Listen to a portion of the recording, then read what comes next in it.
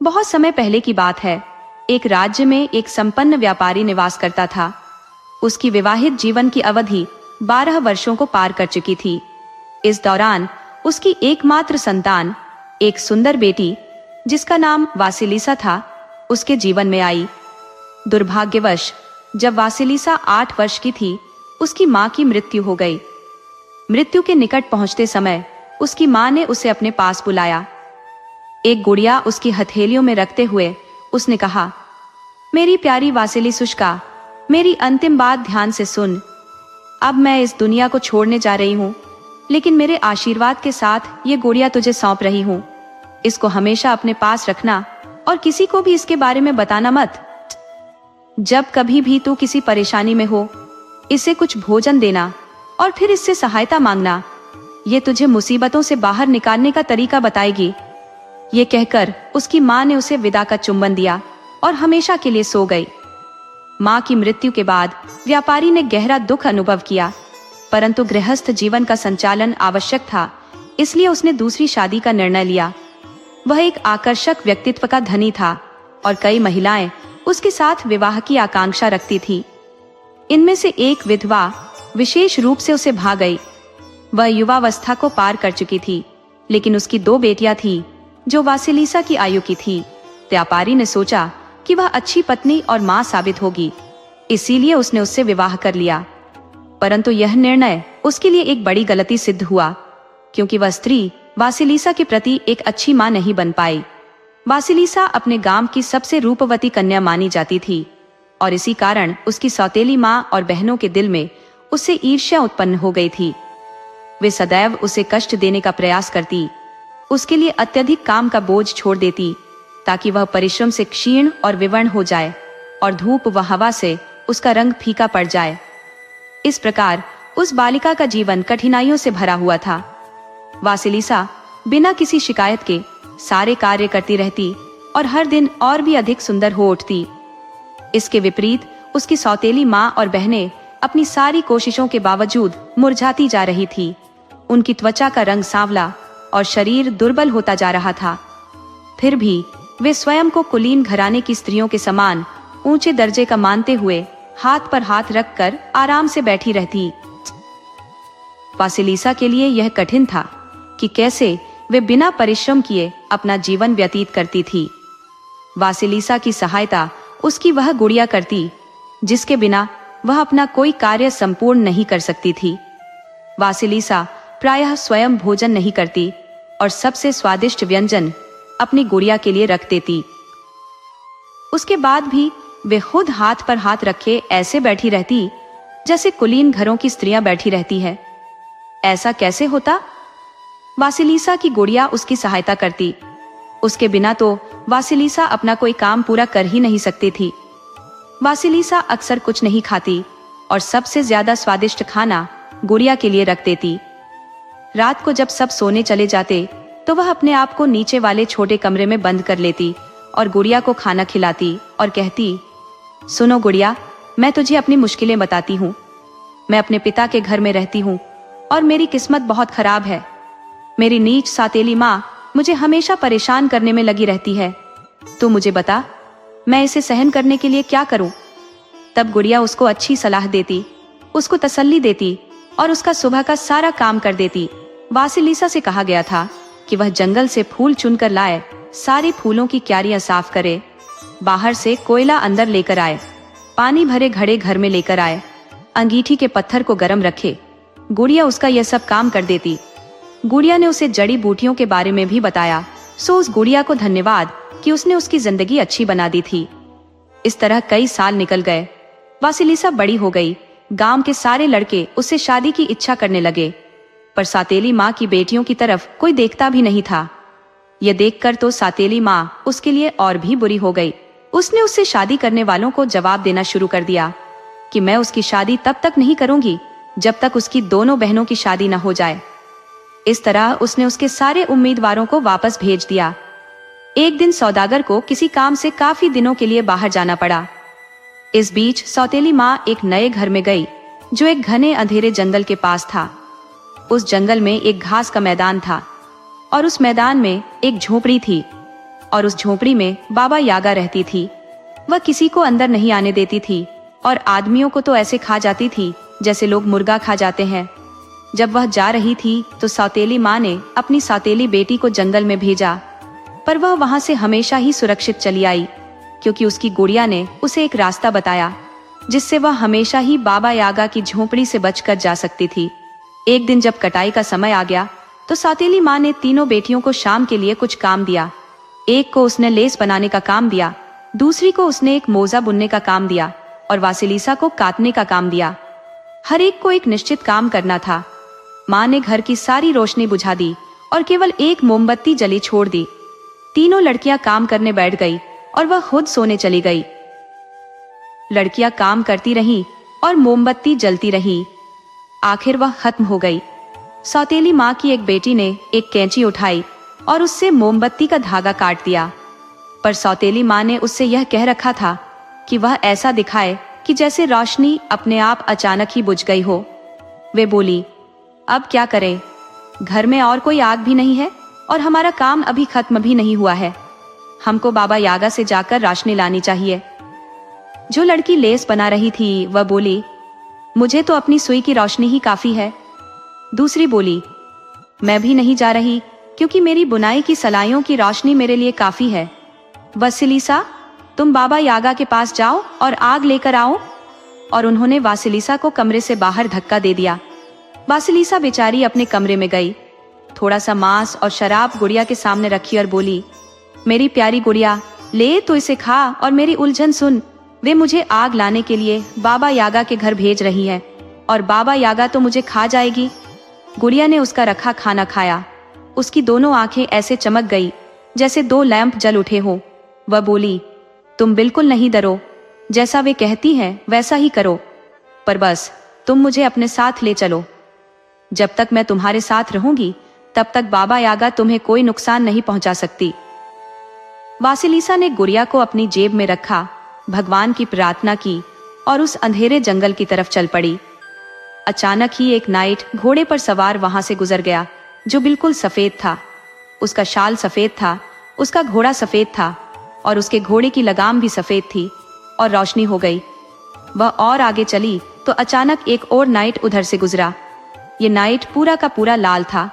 उसका घोड़ा लाल था, उसके अपने कपड़े लाल थे, उसके घोड़े की लगाम लाल थी। जब वह वहां से गुजरा तो सूरज निकल आया।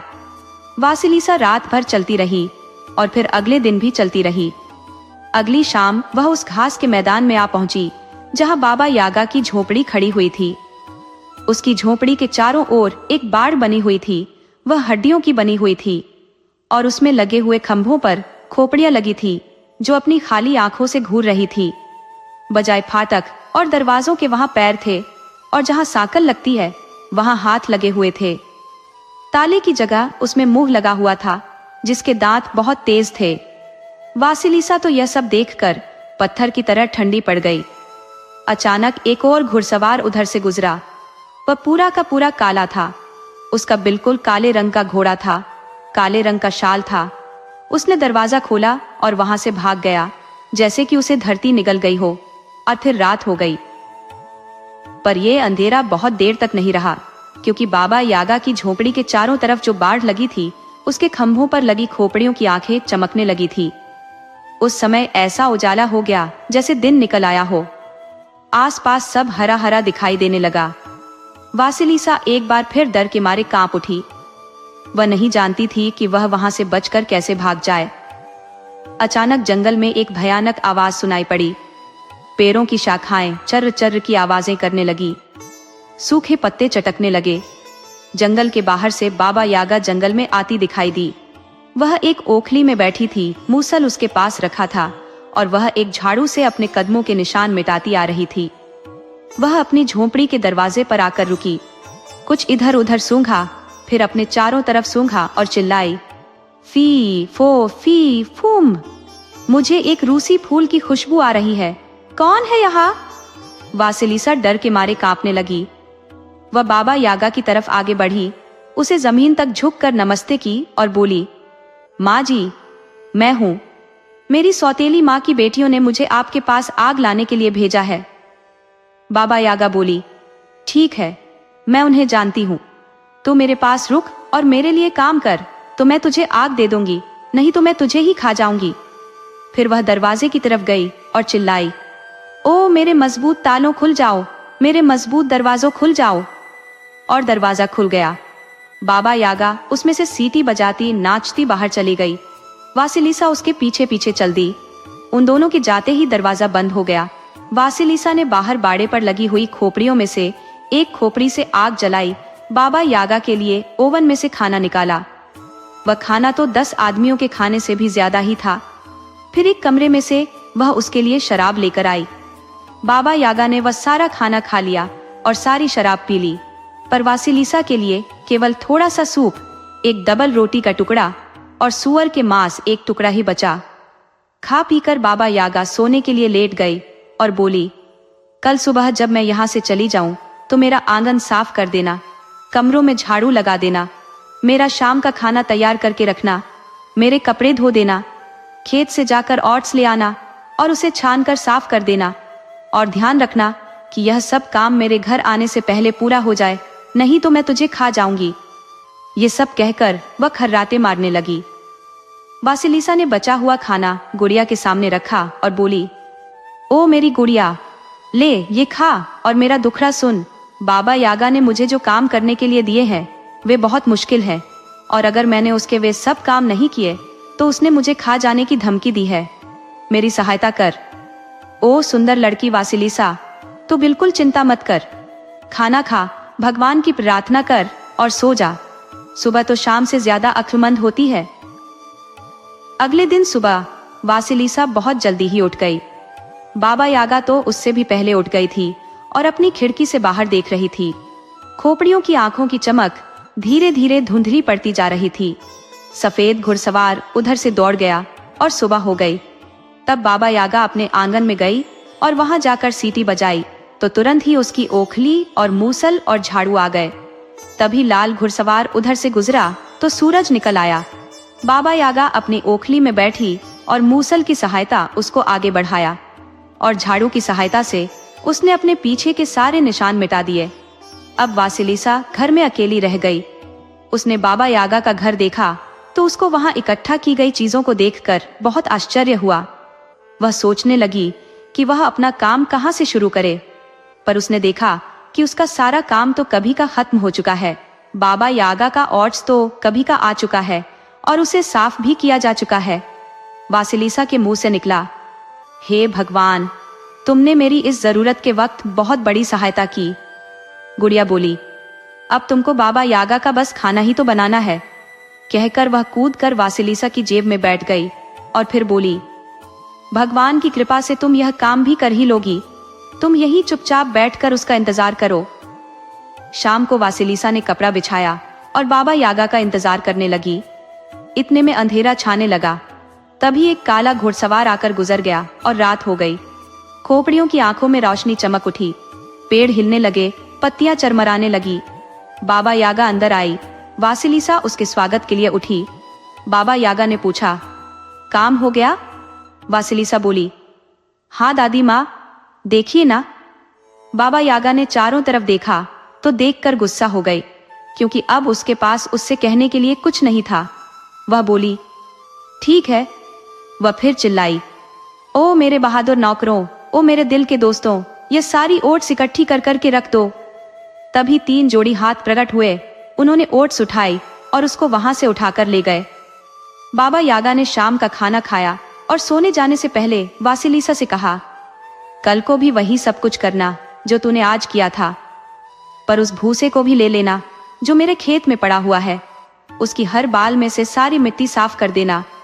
किसी ने गलती से उसमें मिट्टी मिला दी है। जैसे ही उसने ऐसा कहा, उसने दीवार की तरफ करवट ली और खर्राटे भरने लगी। वासिलिसा तुरंत ही गुड़िया के पास गई, उसको खाना खिलाया और उससे सलाह मांगी तो गुड़िया ने उसको फिर वही जवाब दिया जो उसने उसको पहले दिन दिया था। अभी तुम भगवान की प्रार्थना करो और सो जाओ। सुबह तो हमेशा ही रात से ज्यादा अक्लमंद होती है। कल सब कुछ हो जाएगा वासिलिसुश्का। अगली सुबह बाबा यागा उठी और खिड़की में से बाहर देखा। फिर वह अपने आंगन में गई और वहां जाकर सीटी बजाई तो मूसल, ओखली, झाड़ू सब एकदम से वहां आ गए। तभी लाल घुड़सवार वहां आया और सूरज निकल आया। बाबा यागा अपनी ओखली में बैठी हाथ में मूसल लिया और झाड़ू से अपने पीछे वाले निशान मिटाते हुए उड़ गई। वासिलिसा ने अपनी गुड़िया की सहायता से अपना सारा काम खत्म कर लिया। शाम को जब बुढ़िया वापस आई तो उसने चारों तरफ देखा और बोली, ओह मेरे वफादार नौकरों और मेरे दिल के दोस्तों, मेरे लिए पॉपी का तेल बनाओ। तुरंत ही 3 जोड़ी हाथ वहां प्रकट हुए और पॉपी ले गए। बाबा यागा शाम का खाना खाने बैठी तो वासिलिसा उसके सामने चुपचाप बैठी रही। बाबा यागा ने उससे पूछा, तू कुछ बोलती क्यों नहीं है? तू यहाँ ऐसे क्यों बैठी है जैसे कोई गूंगा बैठता है? वासिलिसा बोली, मेरे पास कुछ बोलने के लिए है ही नहीं, पर अगर मुझे कुछ बोलने का मौका मिले तो मैं कुछ सवाल पूछना चाहूंगी। पूछो, पर यह जरूरी नहीं है कि तुम्हें हर सवाल का जवाब ठीक से मिले। ज्यादा जानना अब बहुत पुराना हो गया। वासिलिसा बोली, मैं जब यहाँ आ रही थी तो मुझे एक सफेद घुड़सवार मिला जो सफेद शाल ओढ़े था और सफेद घोड़े पर सवार था। कौन था वह? वह चमकीला दिन था। उसके बाद मुझे एक लाल घुड़सवार मिला जो लाल शाल ओढ़े था और लाल घोड़े पर सवार था। वह कौन था? वह लाल सूरज था। और उस काले घुड़सवार का क्या मतलब था जो मुझे पीछे छोड़कर मुझसे आगे निकल गया जब मैं आपके घर आ रही थी? बाबा यागा बोली, वह काली अंधेरी रात थी। वे तीनों मेरे वफादार नौकर हैं। वासिलिसा के दिमाग में तभी वे 3 जोड़ी हाथ घूम गए। उसके बाद वह फिर और कुछ नहीं बोली। बाबा यागा ने उससे पूछा, तू इससे आगे और कुछ क्यों नहीं पूछती? वासिलिसा बोली, बस मैं काफी जान गई और फिर आप ही तो कहती है कि ज्यादा जानना बहुत पुरानी बात हो गई। बाबा यागा बोली, अच्छा हुआ तूने वही बातें पूछी जिनको तूने आंगन में देखा था और किसी दूसरी चीज के बारे में नहीं, क्योंकि मुझे वे लोग बिल्कुल पसंद नहीं है जो बहुत ज्यादा पूछताछ करते हैं। पर अब मैं तुझसे पूछना चाहूंगी कि जितना काम मैंने तुझे दिया, तूने इतना सारा काम वह कैसे पूरा किया? अपनी माँ के आशीर्वाद से। ओह, तब तो तू यहाँ से जितनी जल्दी हो सकता हो उतनी जल्दी भाग जा, ओ आशीर्वाद दी गई लड़की, क्योंकि कोई भी आशीर्वाद पाया हुआ आदमी मेरे पास नहीं रुक सकता। और उसने वासिलिसा को अपने कमरे से बाहर निकाल दिया और दरवाजे से भी बाहर निकाल दिया। बाड़े के लट्ठों पर लगी हुई खोपड़ियों में से एक खोपड़ी उठाई, उसको एक डंडे पर रखा और उसको देकर कहा, अब तेरे पास तेरी सौतेली माँ की बेटियों के लिए यह आग है जिसके लिए तुझे यहाँ भेजा गया था। वासिलिसा भी उस खोपड़ी की रोशनी की सहायता से वहां से जितनी जल्दी हो सकता था भाग ली, पर उसकी आग तो सुबह तक बुझ गई। अगले दिन शाम तक वह अपने घर पहुंच गई। वह उस खोपड़ी को फेंकने ही वाली थी कि उसने खोपड़ी में से आती एक आवाज सुनी, मुझे फेंकना नहीं, मुझे अपनी सौतेली माँ के घर तक ले चलो। उसने अपनी सौतेली माँ के घर की तरफ देखा तो देखा कि उसकी तो किसी भी खिड़की में रोशनी नहीं थी। सो उसने घर में उस खोपड़ी के साथ ही घुसने का निश्चय किया। वहां उसका बड़े अच्छे से स्वागत हुआ। उसकी बहनों ने उसे बताया कि जब से वह वहां से गई थी तब से उनके घर में आग ही नहीं थी। वे लोग वहां आग जला ही नहीं पाए और जो कुछ भी उन्होंने अपने पड़ोसियों से उधार मांगी तो वह उनके कमरे में आकर बुझ गई। सौतेली माँ बोली, हो सकता है कि तुम्हारी लाई आग जल जाए। सो वे खोपड़ी को कमरे में लेकर गए तो उसकी जलती हुई आंखों ने सौतेली माँ और सौतेली बहनों की आंखों में देखा तो उनकी आंखों में जलन पैदा हो गई। वे जिधर भी गई उस खोपड़ी की आंखों ने उनका पीछा नहीं छोड़ा। सुबह तक वे तीनों जलकर राख हो गई। केवल वासिलिसा ही जिंदा बची। उसके बाद वासिलिसा ने उस खोपड़ी को जमीन में दबा दिया, घर को ताला लगा दिया और शहर चली गई। वहां एक गरीब स्त्री से उसने उसे अपने घर ले जाने की और खाना देने की विनती की जब तक उसका पिता वापस आता है। उसने उस बुढ़िया से कहा, माँ, इस तरह से बिना किसी काम के बैठना मुझे आलसी बना रहा है। आप मुझे बहुत अच्छी रुई ला दे तो मैं उसे काटती रहूंगी। सो बुढ़िया बाजार गई और उसको बहुत अच्छी रुई लाकर दे दी। वासिलिस ने उस पर काम करना शुरू कर दिया। उसका काम खूब अच्छा चलता रहा। उसका बुना हुआ धागा इतना बारीक था जैसे बाल। जब उसने काफी धागा बुन लिया तो कोई उसका कपड़ा बुनने को तैयार नहीं। तो वह फिर अपनी गुड़िया के पास गई तो गुड़िया ने उससे कहा, मुझे कहीं से कोई पुरानी कंघी ला दो, पुरानी अटेरन ला दो, घोड़े के बाल ला दो तो तुम्हारा काम कर दूंगी। वासिलिसा सोने चली गई। गुड़िया ने उस रात एक बहुत ही शानदार स्टूल बनाया और जाड़ा खत्म होने तक उसने वासिलिसा का सारा सूत बुन दिया था। वह इतना अच्छा कपड़ा तैयार हो गया था कि वह सुई के छेद में से धागे की तरह से निकाला जा सकता था। वसंत आने पर उन्होंने उस कपड़े को धोया और फिर वासिलिसा ने बुढ़िया से कहा, माँ जी, अब आप इस कपड़े को बाजार में बेच दे और इसको बेचकर जो पैसा आए वह आप रख ले। बुढ़िया ने कपड़ा देखा तो देखा कि वह तो बहुत बढ़िया कपड़ा था। वह बोली, ओ मेरी बच्ची, इतने बढ़िया कपड़ों को तो केवल जार ही पहन सकता है। मैं इसको जार के पास ले जाऊंगी। सो वह उस कपड़े को लेकर जार के महल चली गई और उसके महल के आगे पीछे घूमती रही। जार ने उसे देखा तो उससे पूछा, ओ बुढ़िया, तुम्हें क्या चाहिए? बुढ़िया बोली, सरकार, मैं आपके लिए बहुत बढ़िया चीज लाई हूँ, जिसे मैं केवल आप ही को दिखाना चाहती हूँ, किसी और को नहीं। जार ने बुढ़िया को अकेले में मिलने की इजाजत दे दी। बुढ़िया ने उसको वह कपड़ा दिखाया तो जार तो उसे देखकर हक्का बक्का रह गया और उसने उसकी बहुत तारीफ की।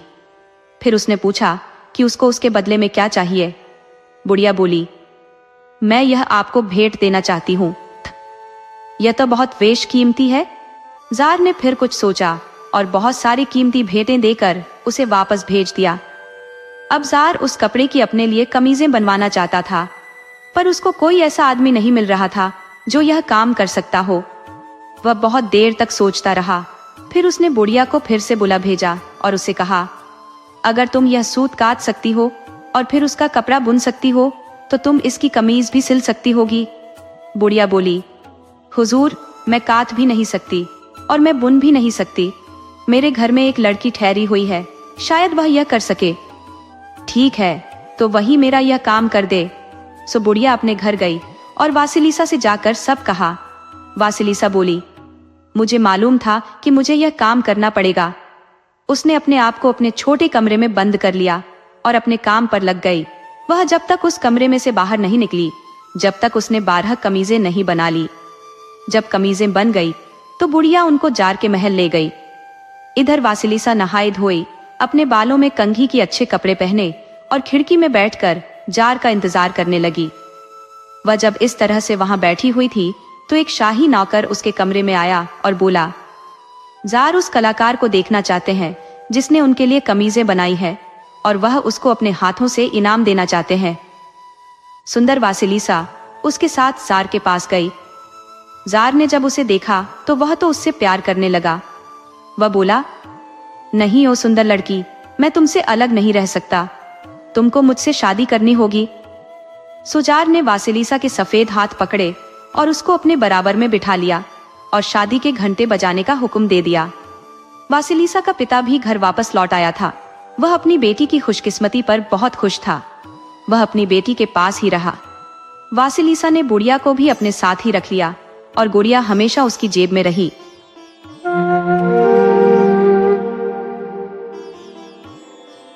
बहुत समय पहले की बात है। एक वृद्ध रानी अपने राज्य में निवास करती थी। उसके 2 संतानें थीं, एक बेटा और एक बेटी।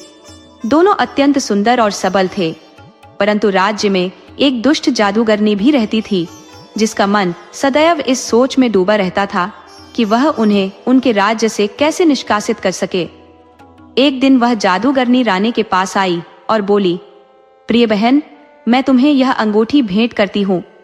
इसे अपने पुत्र की उंगली में पहना देना। इससे वह न केवल अत्यंत दयालु और संपन्न हो जाएगा, बल्कि उसका भविष्य भी उज्जवल होगा। लेकिन एक शर्त है, उसे उसी कन्या से विवाह करना चाहिए जिसके हाथ में यह अंगूठी बिल्कुल फिट आ जाए। रानी ने उस जादूगरनी की बात पर भरोसा कर लिया और वह अंगूठी लेकर बहुत प्रसन्न हुई।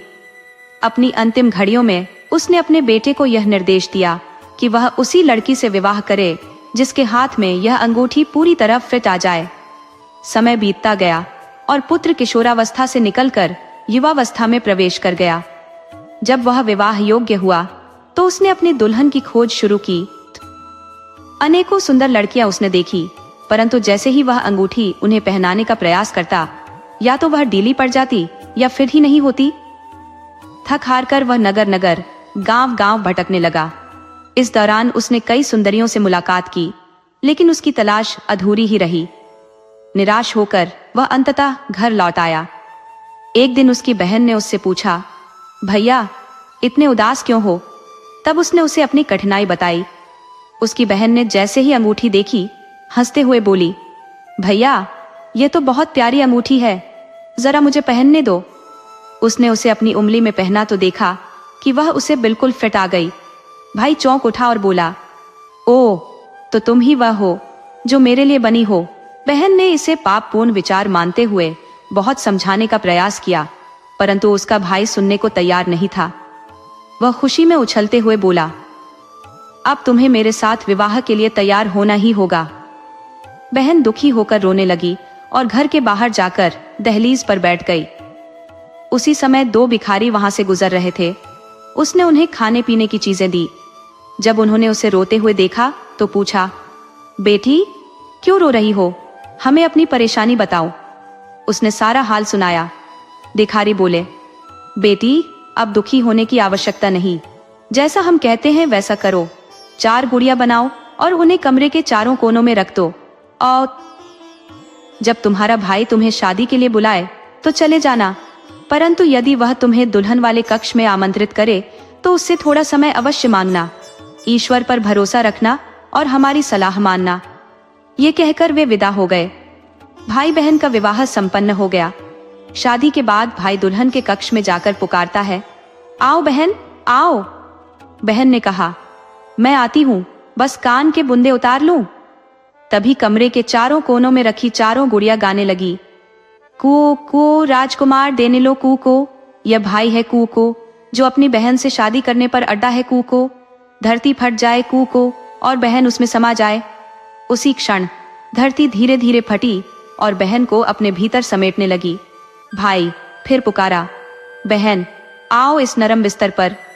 बहन ने उत्तर दिया, बस एक क्षण, मैं अपनी कमर की पेटी खोल रही हूँ, लाग सिट।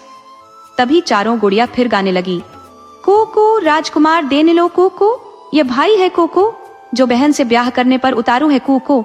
धरती फट जाए और बहन को संभाले। इस बार बहन का सिर छोड़कर पूरा शरीर धरती में समा गया। भाई फिर चिल्लाया, बहन आओ इस बिस्तर पर। बहन बोली, एक क्षण, मैं अपने जूते उतार रही हूँ।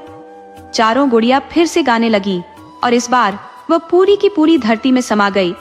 भाई निरंतर पुकारता रहा पर उसकी आवाज व्यर्थ ही गूंजती रही।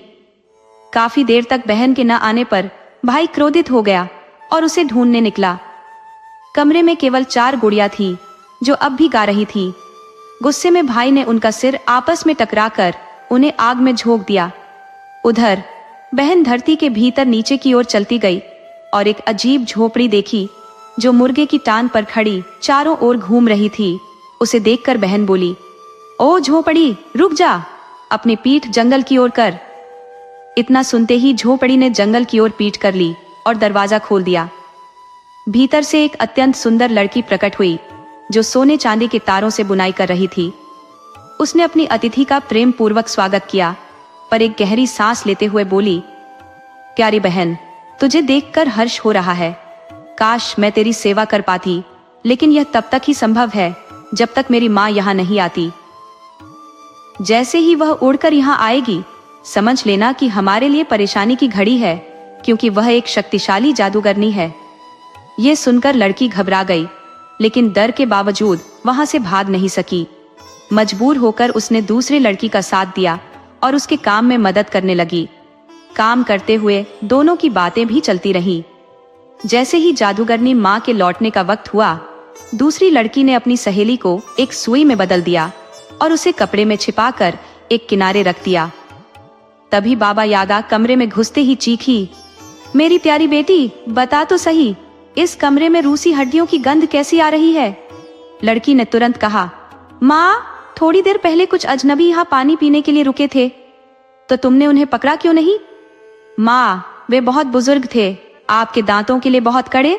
बाबा यागा ने बड़बड़ाते हुए कहा, अच्छा, लेकिन अगली बार अगर कोई आए तो उसे पकड़कर रखना और छोड़ना मत। मैं अब नया शिकार ढूंढने जा रही हूँ। इतना कहकर वह उड़ गई। जैसे ही वह गई, दूसरी लड़की ने अपनी सहेली को फिर से सुई से लड़की के रूप में बदल दिया। दोनों फिर से बुनाई करने लगी और आपस में हंसी खुशी बातें करने लगी। कुछ देर बाद जादूगरनी फिर लौट आई।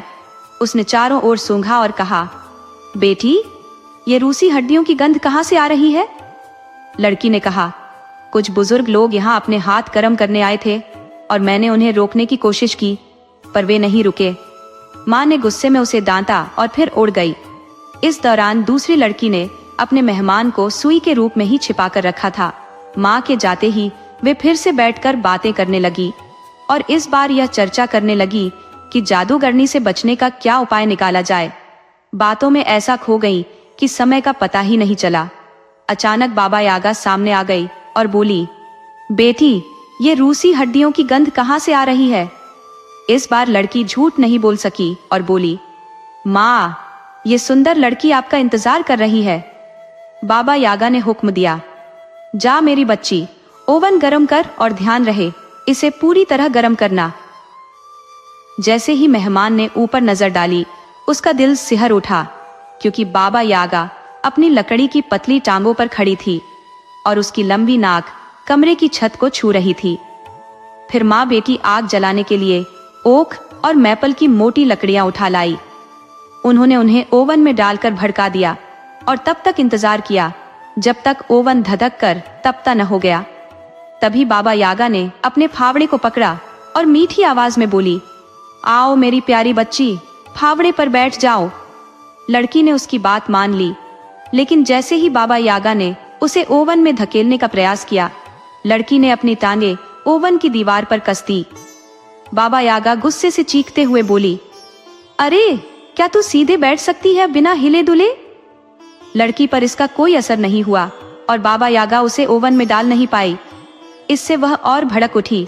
उसने लड़की की पीठ पर जोर से धक्का दिया और कहा, बेकार में समय मत गंवा, देख कैसे फावड़े पर बैठा जाता है। ये कहते हुए बाबा यागा खुद फावड़े पर बैठ गई, अपने घुटनों को छाती तक मोड़ लिया। इसी मौके का फायदा उठाकर दोनों लड़कियों ने उसे जोर से ओवन में धकेल दिया और दरवाजा कसकर बंद कर दिया।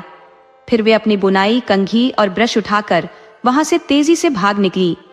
वहां से थोड़ी ही दूर भागी होंगी कि पीछे मुड़कर देखा, बाबा यागा ओवन से किसी तरह बाहर निकल आई थी और गुस्से से चीख रही थी, हो, देखो, वे भाग रही है। गिरफ्तार होने के डर से एक लड़की ने अपना ब्रश पीछे फेंक दिया। तुरंत ही उनके और बाबा यागा के बीच एक घना कांटेदार झाड़ जंगल खड़ा हो गया, जिसे बाबा यागा पार नहीं कर पा रही थी। उसने गुस्से में अपने पंजों को खुजाया, खुद को झाड़ा और फिर से पीछा करने लगी। अब लड़कियों ने और तेजी से दौड़ लगाई, लेकिन बाबा यागा का पीछा खत्म नहीं हुआ। इस बार उन्होंने अपना कंघा पीछे फेंक दिया। उसी क्षण एक घना डरावना जंगल उग आया, इतना सघन कि एक मक्खी भी उस पार नहीं जा सकती थी। जैसे ही जादूगरनी ने यह देखा, उसने गुस्से में अपने दांत किटकिटाए और फिर पीछा करने लगी। वह हर पेड़ को तोड़ती हुई उनके पीछे बढ़ती जा रही थी और इस तरह उसके सामने रास्ता बनता जा रहा था। वह बिल्कुल करीब पहुंचने ही वाली थी। लड़कियों में अब दौड़ने की ताकत बिल्कुल नहीं बची थी, इसीलिए उन्होंने हड़बड़ाहट में अपना एक कपड़ा पीछे फेंक दिया। देखते ही देखते उनके और जादूगरनी के बीच एक गहरा और चौड़ा आग का समुद्र बन गया। जादूगरनी ने उसे पार करने का प्रयास किया, लेकिन जैसे ही उसने कदम बढ़ाया, वह आग के समुद्र में गिर पड़ी और वहीं जलकर खत्म हो गई। लड़कियां अब बेघर थी और उन्हें यह भी नहीं पता था कि कहां जाएं। दौड़ते दौड़ते वे बेहद थक चुकी थी, इसलिए एक जगह बैठकर सुस्ताने लगी। उसी वक्त एक आदमी वहां से गुजरा। उसने दोनों लड़कियों को अकेला बैठा देखा और पूछा कि वे कौन थी। फिर वह अपने मालिक के पास जाकर बोला, मालिक, आपके राज्य में 2 सुंदर पक्षियां आकर बैठी है। दोनों बेहद सुंदर है और देखने में बिल्कुल एक सी लगती है। उनकी आंखों और बनावट में कोई अंतर नहीं है। मालिक ने जब उन्हें देखा तो पाया कि उनमें से एक तो उसकी बहन है, परंतु कौन सी, ये पहचानना मुश्किल था। इससे यह साफ था कि नौकर झूठ नहीं कह रहा था, पर वह खुद उलझन में था। बहन अपने भाई से नाराज थी, पर कुछ कह नहीं पा रही थी। मालिक भी असमंजस में पड़ गया कि अब क्या करे। नौकर ने एक सुझाव दिया, हुजूर, मैं एक खाल में थोड़ा सा खून भर लेता हूँ और उसे आपकी बगल में छुपा देता हूँ। आप दोनों बहनों से बातचीत करिए और जब मैं आपकी बगल में चाकू मारूंगा तब खून बहने लगेगा। आपकी असली बहन इस दृश्य को देखकर पहचान जाहिर कर देगी। मालिक ने सहमति जताई। जैसे ही योजना पर अमल किया गया, नौकर ने मालिक की बगल में चाकू से वार किया, जिससे खून बह निकला और मालिक गिर पड़ा। ये देख उसकी बहन दौड़कर उसके पास पहुंची और चीख उठी, भैया भैया। मालिक ये सुनकर खुश हो गया, हंसते हुए उठा और अपनी बहन को गले लगा लिया। इसके बाद उसने एक भले लड़के को देखकर बहन की शादी कर दी। मालिक ने खुद अपनी बहन की सहेली से विवाह कर लिया, क्योंकि उसमें वही गुण थे जिनकी उसे तलाश थी। और फिर सभी खुशहाल जीवन बिताने लगे।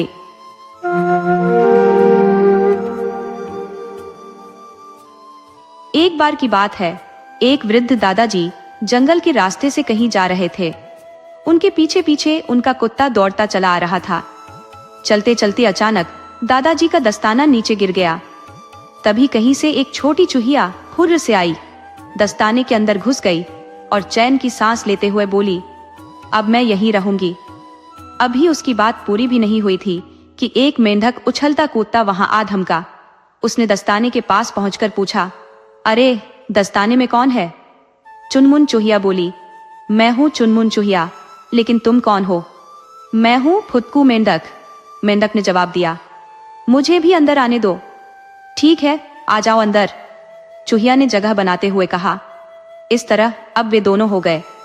इतने में एक खरगोश तेजी से दौड़ता हुआ वहां आ पहुंचा और दस्ताने के पास रुककर उसने आवाज दी, इस दस्ताने में कौन कौन है?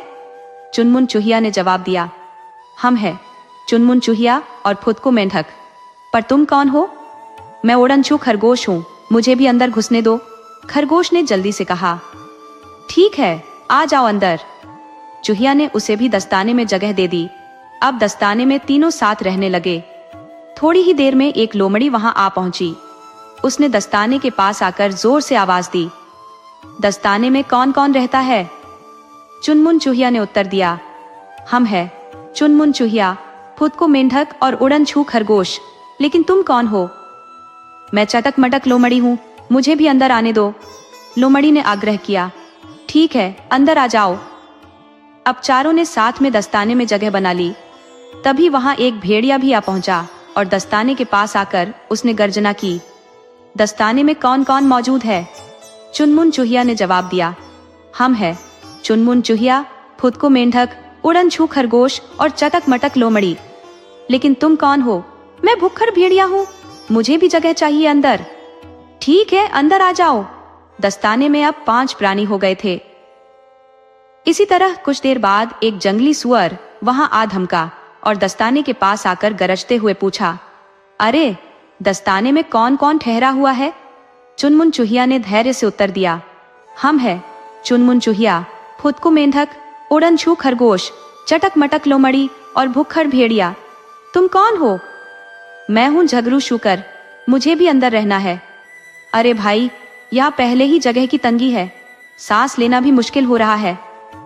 देख लो, किसी न किसी तरह थोड़ा सा कोना मिल ही जाएगा, बस जरा सी जगह दे दो। अच्छा तो आ जाओ, अब और क्या किया जा सकता है। जंगली सुअर भी किसी तरह दस्ताने के भीतर घुस गया। अब दस्ताने के अंदर पूरे 6 जीव ठसाठ भरे हुए थे। इतनी भीड़ थी कि सांस लेना भी मुश्किल हो रहा था। फिर थोड़ी ही देर बाद एक भालू झूमता हुआ वहां आ पहुंचा। दस्ताने के पास आते ही उसने गरज कर दहाड़ मारी और जोर से आवाज लगाई, दस्ताने में कौन कौन है? चुनमुन चूहिया ने जवाब दिया, अरे भाई, हम हैं चुनमुन चूहिया, फुदकू मेंढक, उड़नछू खरगोश, चटक मटक लोमड़ी, भुक्खड़ भेड़िया और झगड़ू शुकर, पर तुम कौन हो? भालू ने गर्व से कहा, अंदर भीड़ तो बहुत है, पर मेरे लायक जगह निकल ही आएगी। मैं हूँ खौफनाक भालू। चुनमुन ने हल्की सी आह भरी और बोली, कैसे अंदर आने दे, यहाँ तो वैसे ही दम घुट रहा है। भालू ने कहा, जैसे भी हो जरा सी जगह दे दो। अच्छा तो एक कोने में सिमट कर बैठ जाओ। भालू भी किसी तरह दस्ताने में समा गया। अब दस्ताने के भीतर 7 जानवर ठूसे पड़े थे। हिलने डुलने की बिल्कुल भी जगह नहीं बची थी। ऐसा लग रहा था कि दस्ताना अब फटेगा, बस अब फटेगा। उधर दादाजी को ध्यान आया कि उनके हाथ का दस्ताना कहीं गिर गया है। वह उसे ढूंढने के लिए लौट पड़े। उनका कुत्ता दौड़ता हुआ उनके आगे आगे भागा और जल्द ही उसने दस्ताने को देखा। लेकिन ये क्या, दस्ताना तो हलचल कर रहा था। कुत्ता जोर जोर से भौंकने लगा। दस्ताने के भीतर सारे जानवर घबरा गए। अपनी जान बचाने के लिए सभी फुर्ती से दस्ताने से बाहर निकले और जंगल की ओर भाग खड़े हुए। तभी दादाजी वहां पहुंचे और अपना दस्ताना उठाकर वापस चल दिए।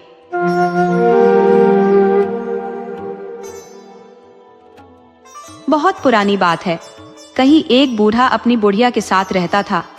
बूढ़ा पेड़ों से राल निकालने का काम करता था और बुढ़िया घर का सारा प्रबंध देखती थी। एक दिन बुढ़िया ने जिद पकड़ ली और बूढ़े से बोली, तुम मेरे लिए फूस का एक बछड़ा बना दो। बूढ़ा हैरान होकर बोला, तू कैसी अजीब बात करती है, फूस का बछड़ा तेरे किस काम आएगा? बुढ़िया बोली, उसे मैं चराने ले जाया करूंगी। बूढ़े ने हार मान ली। पत्नी की जिद के चलते उसे फूस का बछड़ा बनाना ही पड़ा। उसने बछड़ा बनाया और उसकी पीठ और पेट पर राल लगा दी। अगली सुबह बुढ़िया तकली लेकर बछड़े को चराने निकली।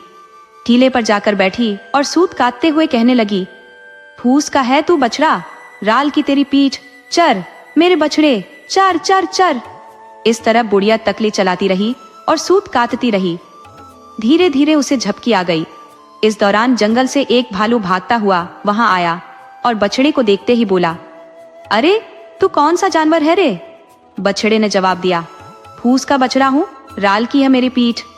भालू बोला, जरा मुझे थोड़ी राल दे दे, कुत्तों ने मेरे बाल नोच लिए हैं। बछड़ा खामोश खड़ा रहा। भालू को गुस्सा आया और उसने बछड़े की पीठ पर जोर से पंजा मारा, लेकिन उसका पंजा राल में चिपक गया। बुढ़िया की नींद खुली तो उसने देखा कि भालू बछड़े की पीठ पर चिपका हुआ है। उसने फौरन बूढ़े को आवाज लगाई, अरे सुनो सुनो, जल्दी आओ, हमारे बछड़े ने भालू पकड़ा है। बूढ़े ने आकर भालू को पकड़ लिया और उसे तहखाने में बंद कर दिया। अगली सुबह फिर बुढ़िया बछड़े को लेकर चराने निकली। टीले पर बैठकर सूत काटते हुए कहने लगी, फूस का है तू बछड़ा, राल की तेरी पीठ, चर मेरे बछड़े, चर चर चर। इसी तरह तकली चलाते चलाते उसे फिर से झपकी आ गई। तभी जंगल से एक भेड़िया वहां भागता हुआ आया और बछड़े पर झपटा। अरे तू कौन सा जानवर है रे? बछड़ा बोला, फूस का हूँ बछड़ा, राल की है मेरी पीठ। भेड़िया बोला, थोड़ी राल मुझे भी दे दे, कुत्तों ने मेरे बाल नोच डाले हैं। ले लो, बछड़े ने कहा। भेड़िया ने जैसे ही पंजा लगाया वह भी राल में चिपक गया। बुढ़िया की नींद खुली तो उसने भेड़िए को बछड़े से चिपका हुआ पाया। उसने फिर बूढ़े को पुकारा, अरे सुनो, जल्दी आओ, हमारे बछड़े ने भेड़िया भी पकड़ा है। बूढ़ा दौड़ कर आया और भेड़िए को भी तहखाने में डाल दिया। तीसरे दिन बुढ़िया फिर बछड़े को चराने चली गई और सूत काटने लगी। धीरे धीरे उसकी आंखें फिर से झपकने लगी। इतने में वहां एक लोमड़ी आ पहुंची। उसने बछड़े से पूछा, तू आखिर कैसा प्राणी है रे? बछड़े ने उत्तर दिया, मैं हूं फूस का बछड़ा और मेरी पीठ राल से सनी है। लोमड़ी ने कहा, अरे मुझे भी थोड़ी सी राल दे दे, कुत्तों ने मेरे बाल नोच डाले हैं। ले लो, बछड़े ने उत्तर दिया। जैसे ही लोमड़ी ने पंजा बढ़ाया वह भी राल में चिपक गई। बुढ़िया की नींद खुली और उसने फिर से बूढ़े को जोर से आवाज लगाई। बूढ़ा आकर लोमड़ी को पकड़कर तहखाने में बंद कर दिया। अब तहखाने में कई जानवर इकट्ठे हो गए थे। फिर बूढ़ा एक चाकू लेकर उसकी धार तेज करने लगा। धार तेज करते हुए बड़बड़ाया, सबसे पहले भालू की खाल निकालूंगा, उससे बढ़िया कोट बनेगा। यह सुनकर भालू कांप गया। उसने गिड़गिड़ाकर कहा, मुझे छोड़ दो, मैं तुम्हारे लिए शहद का छत्ता लाऊंगा। बूढ़ी ने कहा, धोखा मत देना। भालू ने वादा किया और बूढ़े ने उसे छोड़ दिया। फिर बूढ़ा चाकू की धार को और तेज करने लगा। भेड़िए ने सहमे स्वर में पूछा, बाबा चाकू क्यों तेज कर रहे हो? बूढ़ा बोला, तुम्हारी खाल से जाड़ों के लिए गर्म टोपी बनाऊंगा। भेड़िए ने भी विनती की, मुझे छोड़ दो, मैं तुम्हारे लिए एक मेमना लाऊंगा। धोखा नहीं देना, कहकर बूढ़े ने उसे भी आजाद कर दिया। फिर चाकू को धार देने में लग गया। अब बारी आई लोमड़ी की। डरते हुए उसने पूछा, बाबा चाकू किस लिए तेज कर रहे हो? बूढ़ा बोला, तेरी खाल से बुढ़िया के कोट के लिए एक सुंदर कॉलर बनेगा। लोमड़ी ने कांपते हुए कहा, मुझे माफ कर दो, मैं तुम्हारे लिए ढेर सारी मुर्गियां, बत्तखें और हंस लेकर आऊंगी। धोखा मत देना, कहते हुए बूढ़े ने उसे भी छोड़ दिया। अगले दिन सुबह सुबह दरवाजे पर दस्तक हुई। जाकर देखो कौन है, बुढ़िया ने कहा। बूढ़ा बाहर गया तो देखा कि भालू मधुमक्खियों का पूरा छत्ता लेकर खड़ा है। बूढ़े ने शहद लिया और भालू को विदा किया। फिर दरवाजा खटका। भेड़िया मेमनों को हाँकते हुए आया।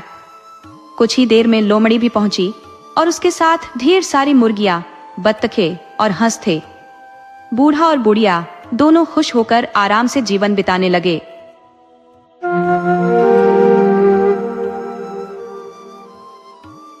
पुराने जमाने की बात है। एक था बूढ़ा, एक थी बुढ़िया। उनके पास एक बकरा और एक मेढ़ा था, जिन्हें उन्होंने अपने घर में पाल रखा था। बकरे और मेढ़े में गहरी दोस्ती थी। जहां बकरा जाता वहां मेढ़ा पीछे पीछे पहुंच जाता। बकरा जैसे ही साग बाड़ी में पत्ता गोभी खाने घुसता, मेढ़ा भी झट से वहां आ धमकता। बकरी अगर बगीचे में पहुंचती तो मेढ़ा भी बगीचे में जा ही पहुंचता।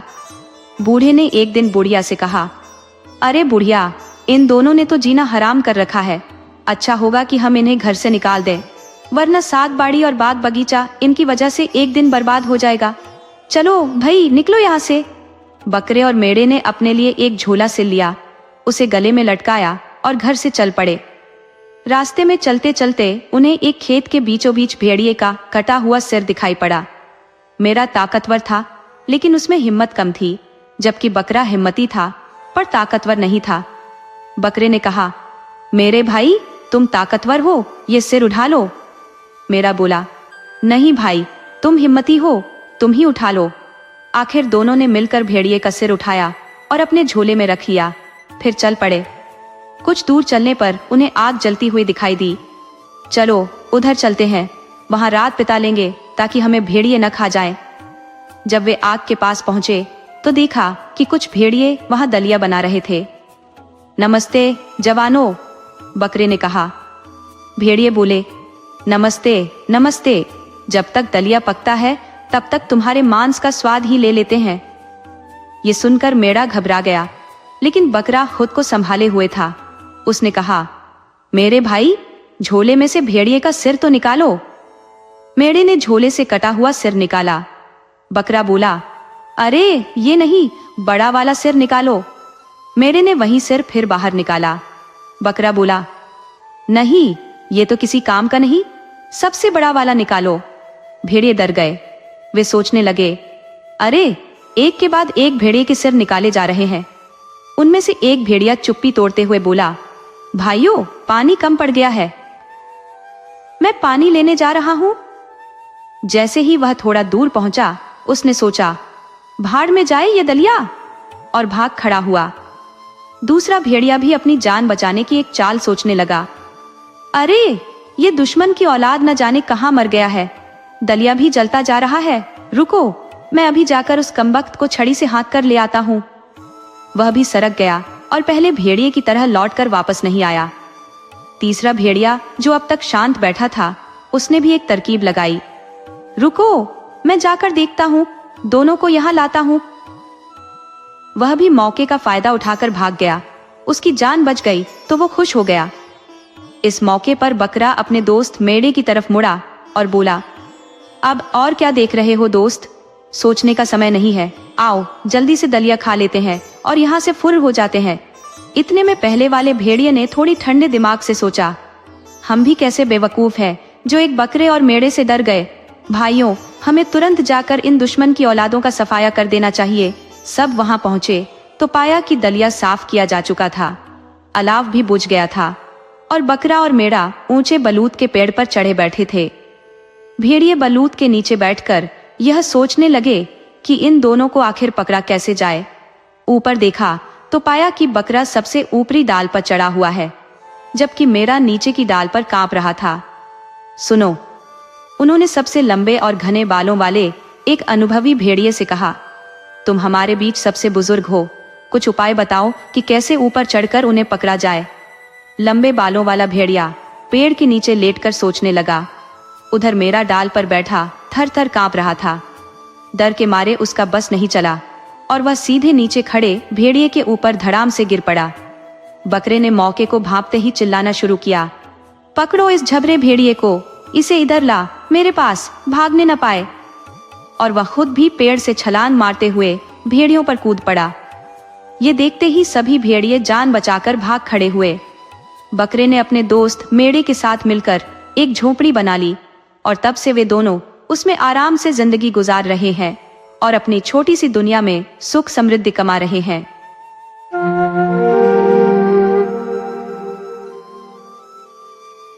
किस्सा बहुत पुराना है। कहीं एक आदमी रहता था जिसके घर में एक बिल्ला भी था, लेकिन वह बिल्ला इतना बूढ़ा हो चुका था कि अब चूहे पकड़ने लायक नहीं रह गया था। एक दिन उस आदमी ने सोचा, इस बेकार बिल्ले को घर में रखने का कोई फायदा नहीं, मैं इसे जंगल में छोड़ आता हूं। और फिर उसने बिल्ले को उठाकर जंगल में छोड़ दिया। जंगल में वह बूढ़ा बिल्ला एक पेड़ के नीचे बैठकर रोने लगा। तभी वहां से एक लोमड़ी दौड़ती हुई गुजरी और बिल्ले को देखकर ठिठक गई। तुम कौन हो? लोमड़ी ने पूछा। बिल्ला गुस्से में अपने बाल खड़े करते हुए बोला, फूफू, मेरा नाम मिस्टर बिल्ला है। लोमड़ी ने जैसे ही इस मिस्टर बिल्ला की शख्सियत को देखा, उसकी खुशी का ठिकाना नहीं रहा। उसने जल्दी से एक प्रस्ताव रखा, मिस्टर बिल्ला, क्या आप मुझसे शादी करेंगे? मैं आपकी योग्य पत्नी बनकर आपका हर काम करूंगी, खाना बनाकर खिलाऊंगी। बिल्ला मुस्कुराया और बोला, ठीक है, मुझे तुम्हारा प्रस्ताव मंजूर है। और फिर दोनों साथ साथ रहने लगे। लोमड़ी ने बिल्ले की बहुत सेवा की, कभी मुर्गी पकड़ लाती तो कभी कोई छोटा जानवर। खुद चाहे भूखी रह जाती, लेकिन बिल्ले का पेट हमेशा भरती। एक दिन एक खरगोश लोमड़ी के पास आया और बोला, लोमड़ी, मैं तुमसे सगाई करना चाहता हूँ, जल्दी ही रस्म लेकर आऊंगा। लोमड़ी ने तपाक से जवाब दिया, नहीं, मेरे घर में मिस्टर बिल्ला है, अगर यहाँ आए तो वह तुम्हें फाड़कर टुकड़े टुकड़े कर देंगे। उसी वक्त बिल्ला बाहर आ गया। उसके सारे बाल खड़े थे और उसने भयंकर आवाज में फू फू की गर्जना की। बेचारा खरगोश डर के मारे भाग खड़ा हुआ। जंगल में जाकर उसने भेड़िए, भालू और जंगली सुअर से बिल्ले की खौफनाक शख्सियत का हाल सुनाया कि किस तरह वह अपनी जान बचाकर वहां से भाग निकला। फिर उन सब ने एक योजना बनाई, क्यों न बिल्ले और लोमड़ी को एक दावत पर बुलाकर खुश किया जाए। सभी ने मिलकर मेहमान बिल्ले के स्वागत के लिए तरह तरह के पकवान तय किए। भेड़िया बोला, मैं मांस का इंतजाम करूंगा ताकि बढ़िया शोरबा बनाया जा सके। जंगली सुअर बोला, मैं चुकंदर और आलू लाऊंगा। भालू ने कहा, भाइयों, मैं स्वादिष्ट शहद लेकर आऊंगा। और खरगोश पत्ता गोभी लाने के लिए दौड़ पड़ा। इस तरह सबने मिलकर खाना पकाया। मेज पर शानदार तरीके से परोस दिया गया और अब बात उठी कि लोमड़ी और मिस्टर बिल्ला को दावत पर बुलाने कौन जाएगा। भालू बोला, मैं तो भारी भरकम हूँ, थोड़ी दूर चलते ही थक कर बैठ जाऊंगा। जंगली सुअर ने कहा, मेरी चाल इतनी धीमी है कि पहुंचने में जाने कितना वक्त लग जाएगा। भेड़िया कहने लगा, मैं बूढ़ा हूँ और मेरी सुनने की ताकत भी कम हो चली है। आखिर में मजबूरी में खरगोश को ही बुलावा देने जाना पड़ा। खरगोश फुर्ती से लोमड़ी के घर की तरफ भागा और वहां पहुंचकर खिड़की पर 3 बार दस्तक दी। ठक ठक ठक। लोमड़ी बाहर निकली और देखा कि खरगोश अपने पिछले पंजों पर खड़ा है। उसने पूछा, कहो, क्या काम है? खरगोश बोला, भेड़िए, भालू, जंगली सुअर और मेरी तरफ से आपको ये निमंत्रण है कि आप और मिस्टर बिल्ला आज हमारी दावत में तशरीफ लाएं। इतना कहकर खरगोश वापस लौट आया। जैसे ही पहुंचा, भालू ने पूछा, अरे, ये तो बताना भूल न गए कि चम्मच भी साथ ले आए? खरगोश ने माथा पीटते हुए कहा, अरे, ये तो सचमुच भूल गया, और तुरंत वापस लोमड़ी के घर गया। उसने फिर से खिड़की खटखटाई और कहा, दावत पर आते वक्त चम्मच लाना न भूलिएगा। लोमड़ी ने जवाब दिया, अच्छा, समझ गई, नहीं भूलूंगी। फिर लोमड़ी ने बढ़िया कपड़े पहने और मिस्टर बिल्ला का हाथ पकड़कर दावत की तरफ चल पड़ी। मिस्टर बिल्ले ने फिर अपने बाल खड़े कर लिए और फू फू की आवाज में फुफकारने लगा। उसकी आंखें ऐसे चमक रही थी मानो 2 जलते हुए हरी बल्ब हो। उसे इस तरह देख भेड़िया डर से झाड़ी के पीछे जा छिपा। जंगली सुअर खाने की मेज के नीचे दुबक गया। भालू किसी तरह पेड़ पर चढ़ गया और खरगोश अपनी मांद में घुस गया। मेज पर परोसे गए मांस की खुशबू सूंघते ही बिल्ला उधर झपटा और म्याऊं म्याऊं करने लगा। बाकी जानवरों को लगा जैसे वह कह रहा हो, कम है और दो। सभी बोले, वाह, बड़ा भूखा मेहमान है, इतना सब कुछ कम पड़ गया इसे। मिस्टर बिल्ले ने जमकर खाया, अच्छे से पिया, और फिर वहीं मेज पर खर्राटे लेते हुए सो गया। उधर मेज के नीचे छिपे जंगली सुअर की दुम हिल रही थी। बिल्ले को यह देखकर लगा जैसे कोई चूहा है। फुर्ती से उधर लपका, पर जब झांक कर देखा तो जंगली सुअर बैठा हुआ था। डर के मारे बिल्ला सीधा पेड़ पर चढ़ गया जहां पहले से ही भालू बैठा हुआ था। भालू ने सोचा कि बिल्ला उस पर हमला करने आ रहा है, तो वह और ऊपर चढ़ने लगा। तभी ऊपर की डाल चटकी और भालू धड़ाम से नीचे आ गिरा। नीचे गिरते ही वह उस झाड़ी पर आ पड़ा जहां भेड़िया छिपा था। भेड़िए ने समझा कि अब उसकी खैर नहीं और जान बचाने के लिए वहां से दौड़ गया। भालू और भेड़िया ऐसे दौड़े कि खरगोश भी उनका साथ न दे सका। इस बीच बिल्ले ने दोबारा मेज पर चढ़कर मांस और शहद पर जमकर हाथ साफ किया। इस तरह मिस्टर बिल्ले और लोमड़ी ने मिलकर सारा खाना खत्म कर डाला और तृप्त होकर अपने घर लौट गए। जब भेड़िया, भालू, जंगली सुअर और खरगोश वापस वहां पहुंचे तो हक्के बक्के रह गए। सबने हैरानी से कहा, अरे ये कैसा जीव है, इतना छोटा और पेट ऐसा बड़ा कि मानो हम सबको ही खा जाएगा।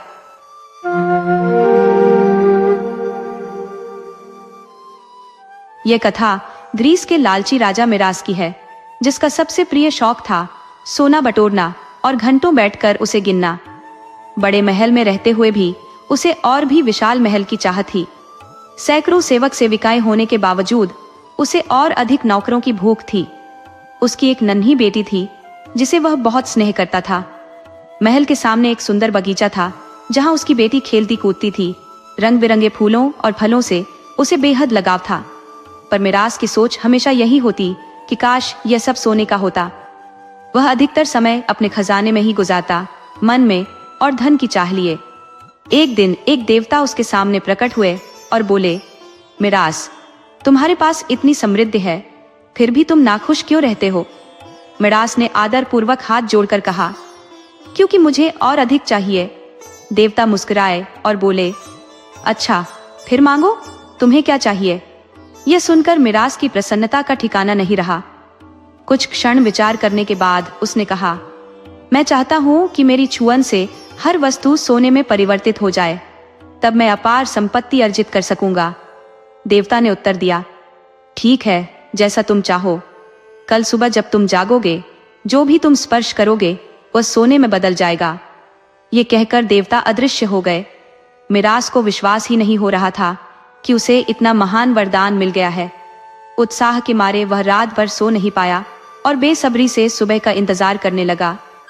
उसे कल्पना हो रही थी कि चारों ओर सोना ही सोना होगा, सोने का महल, सोने का बगीचा, और वह संसार का सबसे धनी व्यक्ति बन जाएगा। इन ख्यालों में खोते खोते आखिरकार वह सो गया। सुबह आंख खुलते ही उसे देवता की बात याद आई। जैसे ही वह बिस्तर से उठा, उसका पलंग सोने में बदल गया। उसे इतनी खुशी हुई कि वह उछल पड़ा, कमरे में रखी हर चीज को छूने लगा और वे सब पल भर में सोने में बदलकर चमकने लगी। वह जैसे पागल हो गया और कमरे से बाहर निकलकर हर चीज को सोने का बनाने के लिए दौड़ पड़ा। राजा मिरास का पूरा महल अब सोने में तब्दील हो चुका था।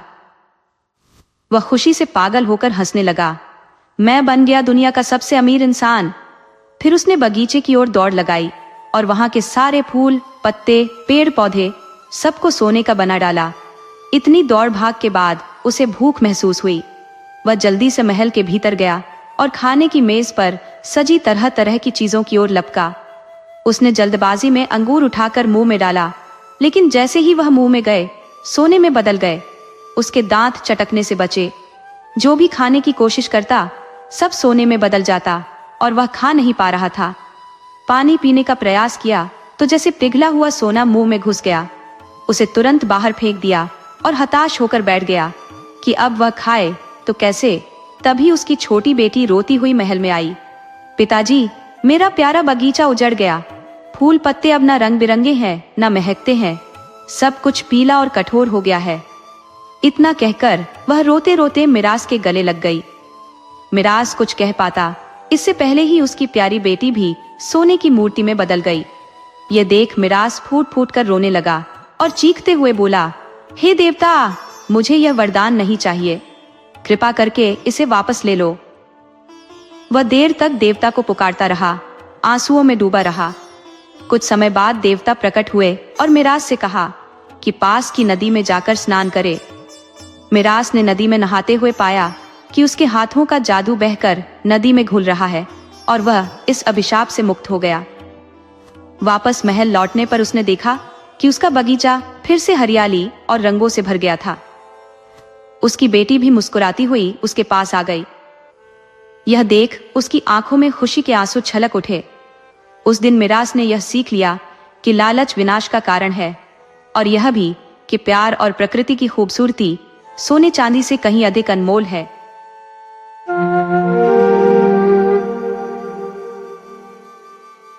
यह बहुत पुरानी दास्तान है। रूस के एक भूभाग पर जहां एक राजा और रानी का शासन था। उनके 3 राजकुमार थे। जब वे तीनों राजकुमार युवावस्था को प्राप्त हुए तब राजा ने उन्हें बुलाया और कहा, मेरे प्रिय पुत्रों, अब तुम्हारे विवाह का समय आ चुका है। तुम सब अपने अपने धनुष बाण उठा लो और अपने तीर चलाओ। जो युवती तुम्हारा तीर वापस लेकर आएगी वही तुम्हारी पत्नी बनेगी। तीनों राजकुमारों ने सिर झुकाकर आज्ञा मानी। उन्होंने धनुष बाण संभाले, तीर लगाया और अपने अपने तीर दूर आकाश में छोड़ दिए। सबसे बड़े राजकुमार का तीर एक कुलीन व्यक्ति के बगीचे में जा गिरा, जहां से उस कुलीन व्यक्ति की कन्या वह तीर लेकर आई और उसे सौंपा। दूसरे राजकुमार का तीर एक व्यापारी के उद्यान में जा गिरा, जहां से व्यापारी की पुत्री ने तीर लाकर अपने भावी वर को दे दिया। अब तीसरे सबसे छोटे राजकुमार इवान का क्या हुआ? उसका तीर कहाँ गिरा और उसे कौन लाया? इवान ने अपने तीर को धनुष से ऐसे छोड़ा कि वह इतना ऊंचा गया कि उसकी नजर से ओझल हो गया।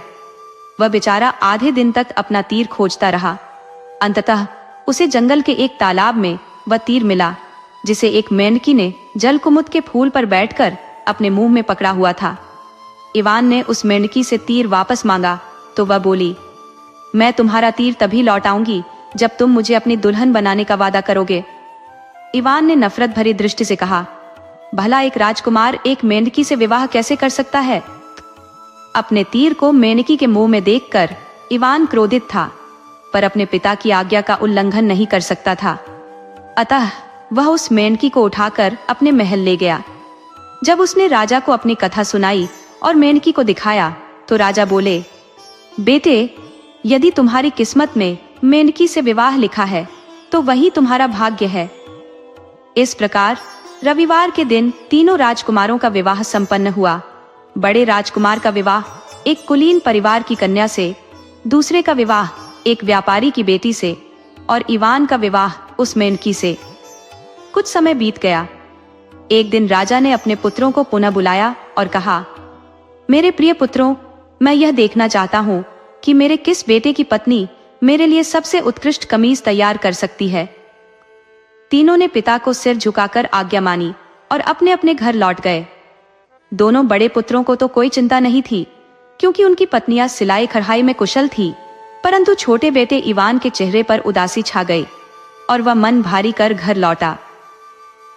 कुछ समय बीत गया तो राजा ने अपने तीनों बेटों को फिर बुलाया और कहा, मेरे प्यारे बेटों, मैं यह देखना चाहता हूँ कि मेरे किस बेटे की पत्नी मेरे लिए सबसे अच्छी कमीज बना सकती है। तीनों बेटों ने पिता को सिर झुकाया और अपने अपने घर चले गए। दोनों बड़े बेटों को तो कोई चिंता नहीं थी, क्योंकि वे जानते थे कि उनकी पत्नियां को सिलाई आती थी, पर सबसे छोटा वाला बेटा दुखी मन से अपने घर आया। उसको दुखी देखकर मेंढकी कूदती हुई उसके पास आई और तर्राई, ओ राजकुमार इवान, तुम्हारा यह इतना सुंदर सिर लटका हुआ क्यों है? इवान बोला, आज तो मुझे नीचा देखना पड़ेगा। राजा ने कहा है कि तुम उनके लिए सुबह तक एक कमीज सिल दो। मेंढकी बोली, अरे बस इतनी सी बात, तुम खाना खाओ और सो। सुबह तो शाम से हमेशा ही ज्यादा ही खूबसूरत होती है। राजकुमार खाना खाकर सो गया। जैसे ही राजकुमार सो गया, मेंढकी दरवाजे से कूदकर बाहर चबूतरे पर निकल गई। उसने अपनी मेंढकी की खाल उतार दी।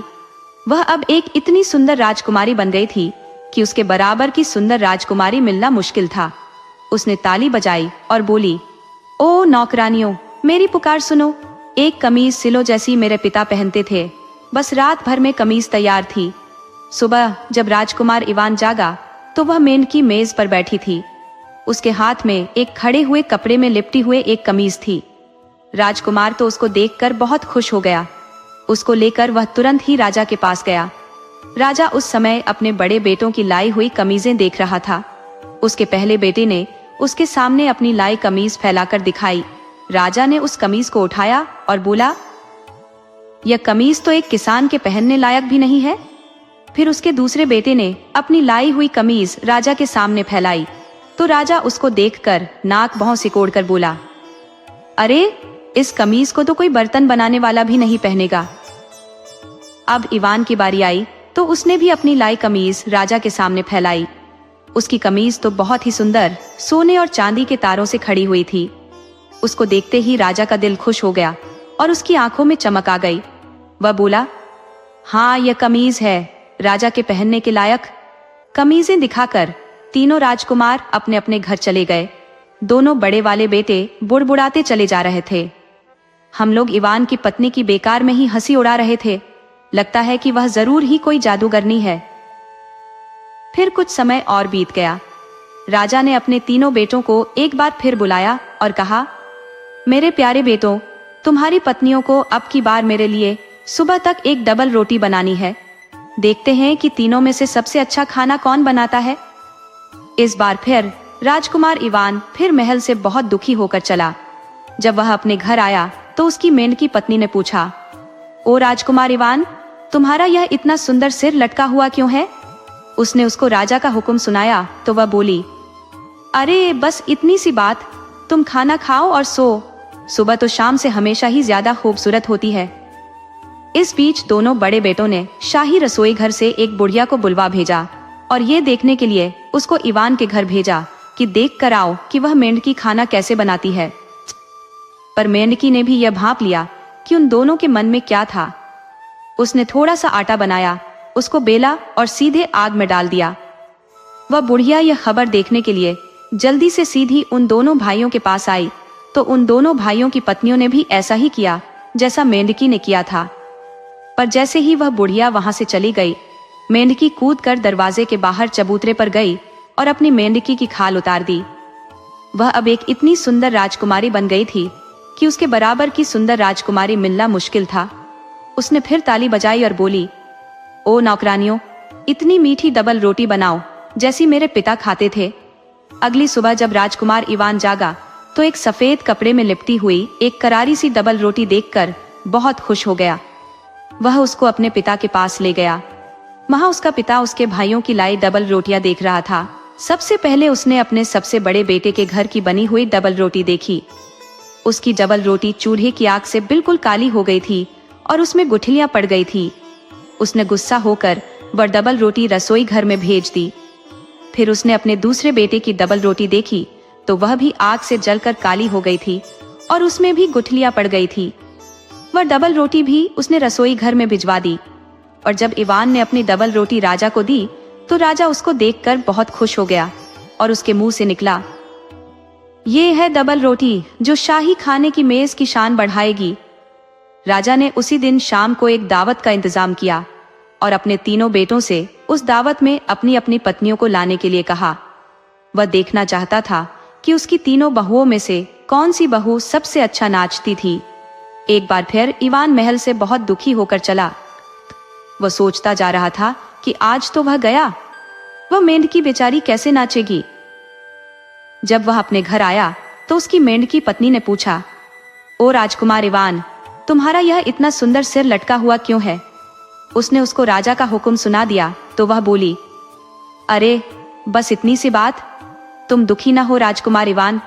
तुम शाम को ऐसा करना कि तुम अकेले ही दावत में जाना, मैं तुम्हारे बाद में आऊंगी। जब तुम्हें बिजली की कड़क की आवाज सुनाई दे तो अपने मेहमानों से कहना कि तुम्हारी पत्नी अपनी गाड़ी में आ रही है। सो राजकुमार इवान उस दावत में अकेले ही चला गया, जबकि उसके दोनों भाई अपनी अपनी पत्नियों के साथ आए थे। उनकी पत्नियों ने अपने सबसे अच्छे कपड़े और गहने पहन रखे थे। राजा और रानी, उनके बेटे और उनकी पत्नियां और सब कुलीन मेहमान खाना खाने बैठे ही थे कि अचानक बाहर बिजली कड़की और सारा महल हिल गया। सब लोग घबरा गए। इवान ने सब लोगों को शांत किया। घबराओ नहीं हो भले लोगों, ये मेरी पत्नी है जो अपनी गाड़ी में आ रही है। तभी उसकी पत्नी अंदर आई। वह एक बहुत ही सुंदर राजकुमारी थी। वह नीले रंग का गाउन पहने थी जिस पर चांदी के सितारे जड़े हुए थे और उसके सुनहरे बालों में आधा चांद सजा हुआ था। उसकी सुंदरता को शब्दों में बखान नहीं किया जा सकता। राजकुमार इवान उसको देखकर बहुत खुश हो गया और वहां बैठे मेहमान भी उसको और उसके बढ़िया कपड़ों और गहनों के ही देखे जा रहे थे। लोगों ने खाना खाना शुरू किया तो बड़े भाइयों की पत्नियों ने देखा कि मेंढकी राजकुमारी ने भुने हुए हंस की हड्डियां अपनी दाईं आस्तीन में छिपा ली और बची हुई शराब उसने बानी आस्तीन में छिपा ली। वे उसको देखती रही, हड्डियां एक आस्तीन में और शराब की कुछ बूंदें दूसरी आस्तीन में। जब खाना खत्म हो गया तो राजा ने नाच शुरू करने का हुक्म दिया। मेंढकी राजकुमारी ने नाचना शुरू किया। वह घूम घूम कर नाचती रही और मेहमान लोग पीछे हटकर उसका नाच देखते रहे। जब उसने अपनी बाईं आस्तीन हिलाई तो उसमें से एक चमकती हुई झील निकल पड़ी और जब उसने अपनी दानी आस्तीन हिलाई तो उसमें से कई हंस निकलकर उस झील में तैरने लगे। ये देखकर वहां बैठे सारे कुलीन मेहमानों को बड़ा आश्चर्य हुआ। उसके बाद दोनों बड़े भाइयों की पत्नियों ने नाचना शुरू किया। जब उन्होंने अपना एक हाथ हिलाया तो उनकी भीगी हुई आस्तीन राजा के लाल चेहरे पर जाकर लगी और जब दूसरा हाथ हिलाया तो दूसरी आस्तीन से हड्डियां निकलकर राजा की आंख में जा पड़ी। ये देखकर राजा बहुत नाराज हुआ और नाच छोड़कर चला गया। पर इस बीच राजकुमार इवान ये देखकर बहुत खुश हुआ कि उसकी पत्नी एक बहुत ही अक्लमंद और सुंदर राजकुमारी थी। पर उसको डर भी लगा कि उसकी पत्नी कहीं फिर से मेंढकी में न बदल जाए, सो वह महल से चुपचाप खिसक लिया और घर चला गया। वहां उसने उसकी मेंढक वाली खाल उठाकर आग में डाल दी। जब उसकी पत्नी वापस आई तो उसको घर में अपनी खाल नहीं मिली तो वह रो पड़ी और बोली, ओ राजकुमार इवान, ये तुमने क्या किया? अगर तुमने केवल 3 दिन और इंतजार किया होता तो हम लोग हमेशा के लिए खुशी खुशी रह रहे होते।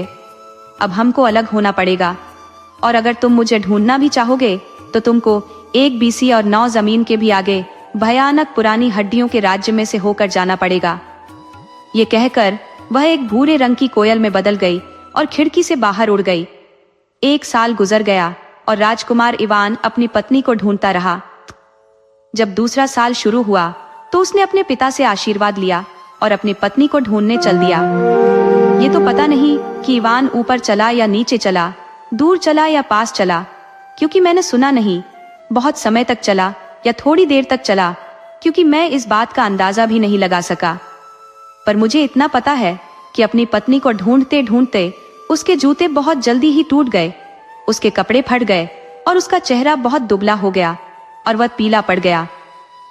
एक दिन जब उसने अपनी सारी उम्मीदें छोड़ दी थी और वह जंगल के एक खुले हिस्से में घूम रहा था तो वहां उसको एक झोपड़ी दिखाई दी जो मुर्गी की टांगों पर खड़ी थी और बराबर घूमे जा रही थी। इवान बोला, ओ छोटी झोपड़ी, ओ छोटी झोपड़ी, मेहरबानी करके अपने पीछे वाला हिस्सा तुम पेड़ों की तरफ कर लो और अपना सामने का हिस्सा मेरी तरफ कर लो। तुरंत ही वह झोपड़ी रुक गई और उसमें अंदर जाने के लिए एक दरवाजा खुल गया। इवान उस दरवाजे में से उस झोपड़ी में घुसा। जैसे ही उसने उस झोपड़ी के अंदर पैर रखा तो उसको वहां एक बुढ़िया दिखाई दी। उस बुढ़िया ने इवान से पूछा, तुम कहाँ जा रहे हो? इवान ने उसको अपनी सारी कहानी सुनाते हुए जवाब दिया, दादी माँ, मैं अपनी मेंढकी राजकुमारी को ढूंढ रहा हूँ। बाबा यागा ने अपना सिर ना में हिलाया और एक लंबी सी सांस लेकर बोली, ओ राजकुमार इवान, तुमने उस मेंढकी की खाल जलाई ही क्यों? क्योंकि वह मेंढकी अक्लमंद येलेना ही तो तुम्हारी मेंढकी पत्नी थी। वह अपने ताकतवर पिता से भी बढ़कर अक्लमंद थी, इसीलिए उसका पिता उससे इतना नाराज था कि उसने उसको उसकी 14वीं सालगिरह पर 3 साल के लिए मेंढकी में बदल दिया था। राजकुमार इवान दुखी होकर बोला, लेकिन अभी मैं क्या करूं दादी माँ, मैं उसको ढूंढने के लिए कुछ भी करूंगा।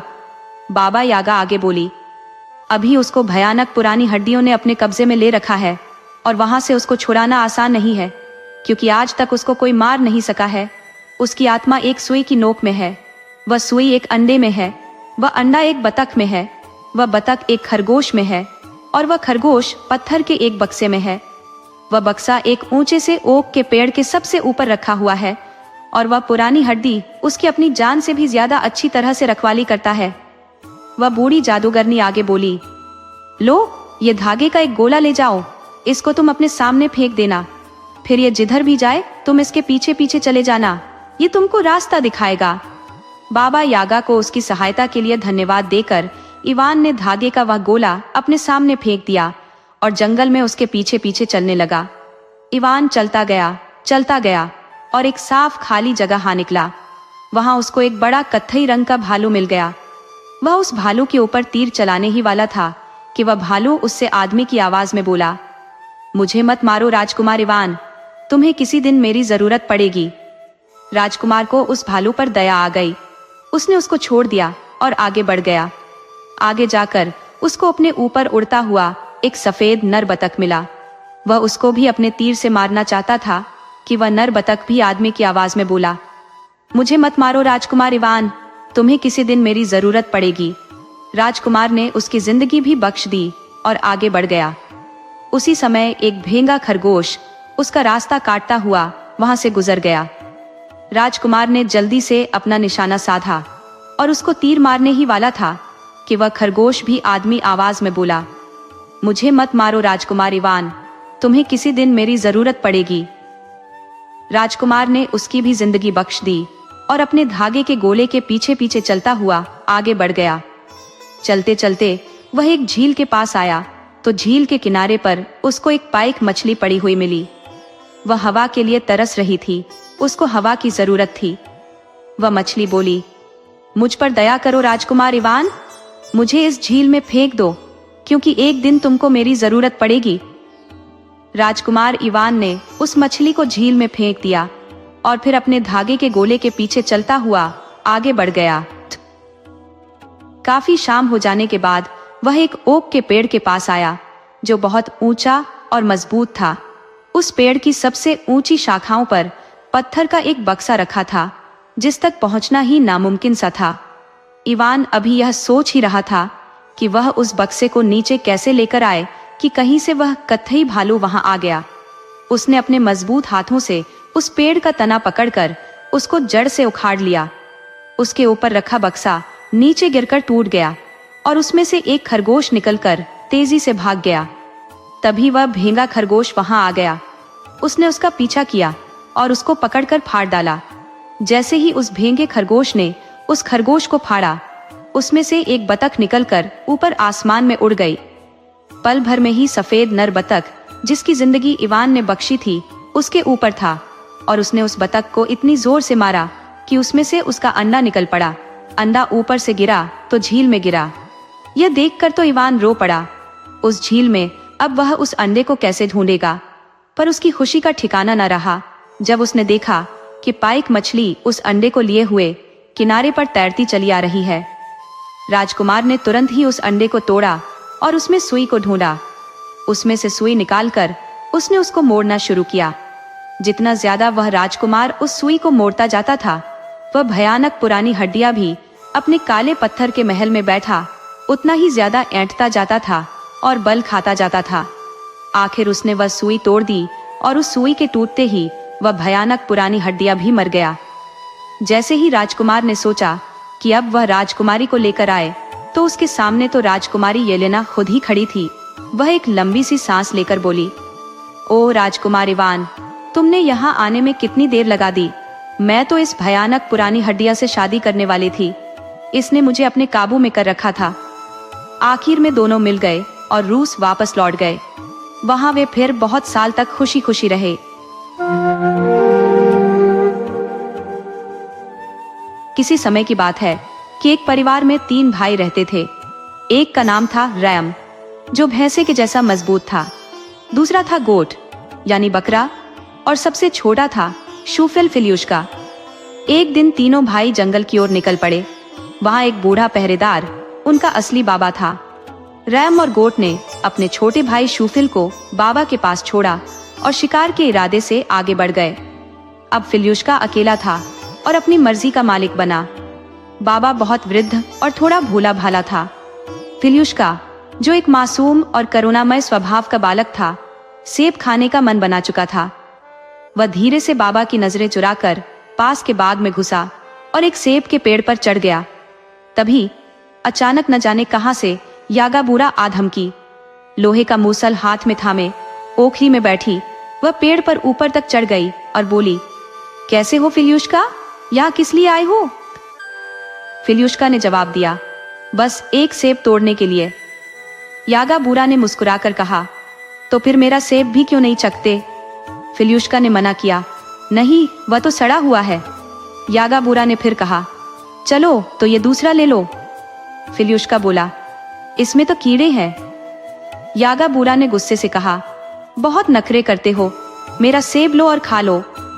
ज्यों ही उसने सेब लेने के लिए हाथ बढ़ाया, यागा बूरा ने उसका हाथ कसकर पकड़ लिया और उसे अपनी ओखली में बिठाकर उड़ चली। वह ऊंचे पहाड़ों, घने जंगलों और दूर दूर तक फैले मैदानों के ऊपर से मूसल को चलाती हुई तेजी से उड़ रही थी। फिल्यूश्का को अचानक होश आया और उसने जोर जोर से रोते हुए अपने भाइयों को पुकारा, ओ गोट, ओ रैम, जल्दी आओ, यागा मुझे ऊंचे पहाड़ों, काले घने जंगलों और बत्तखों के बसेरे वाले मैदानों के ऊपर से उड़ा ले जा रही है। सौभाग्यवश रैम और गोट उस वक्त आराम कर रहे थे। गोट ने फिल्यूश्का की आवाज सुनी और तुरंत कहा, ये तो हमारे फिल्यूश्का की आवाज है। दोनों भाई तेजी से दौड़े, यागा बूरा को पकड़कर उसे नीचे उतार लिया और फिल्यूश्का को बचा लिया। डर से कांपते हुए बाबा के पास वापस लौटे। बाबा का तो डर के मारे दिल दहल गया था। रैम और गोट ने फिल्यूश्का को फिर से बाबा के सुपुर्द किया और वे दोबारा शिकार पर निकल गए। पर फिल्यूश्का तो बच्चा था। जैसे ही उसके भाइयों की नजर हटी, वह फिर से सेब के पेड़ की ओर खींचा चला गया। वह फिर पेड़ पर चढ़ा और वहां फिर से वही यागा बूरा मौजूद थी जो उसे सेब देने की पेशकश कर रही थी। फिल्यूश्का ने चुनौती भरे लहजे में कहा, इस बार तुम मुझे नहीं पकड़ पाओगी, बूढ़ी मायावी माच। यागा बूरा ने मीठा बनते हुए कहा, अरे बेटे, इतनी सख्ती क्यों? ये सेब ले लो, मैं नीचे फेंक देती हूँ। फिल्यूश्का ने सहमति में सिर हिलाया, ठीक है, फेंक दो इसे। ज्यों ही उसने सेब के लिए हाथ बढ़ाया, यागा बूरा ने उसे झपट कर पकड़ लिया और अपनी ओखली में बिठाकर पहाड़ों, अंधेर जंगलों और खुले मैदानों के ऊपर उड़ चली। उसकी रफ्तार इतनी तेज थी कि फिल्यूश्का को लगा कि वह पलक झपकते ही अपनी अजीबोगरीब मंजिल पर पहुंच गया।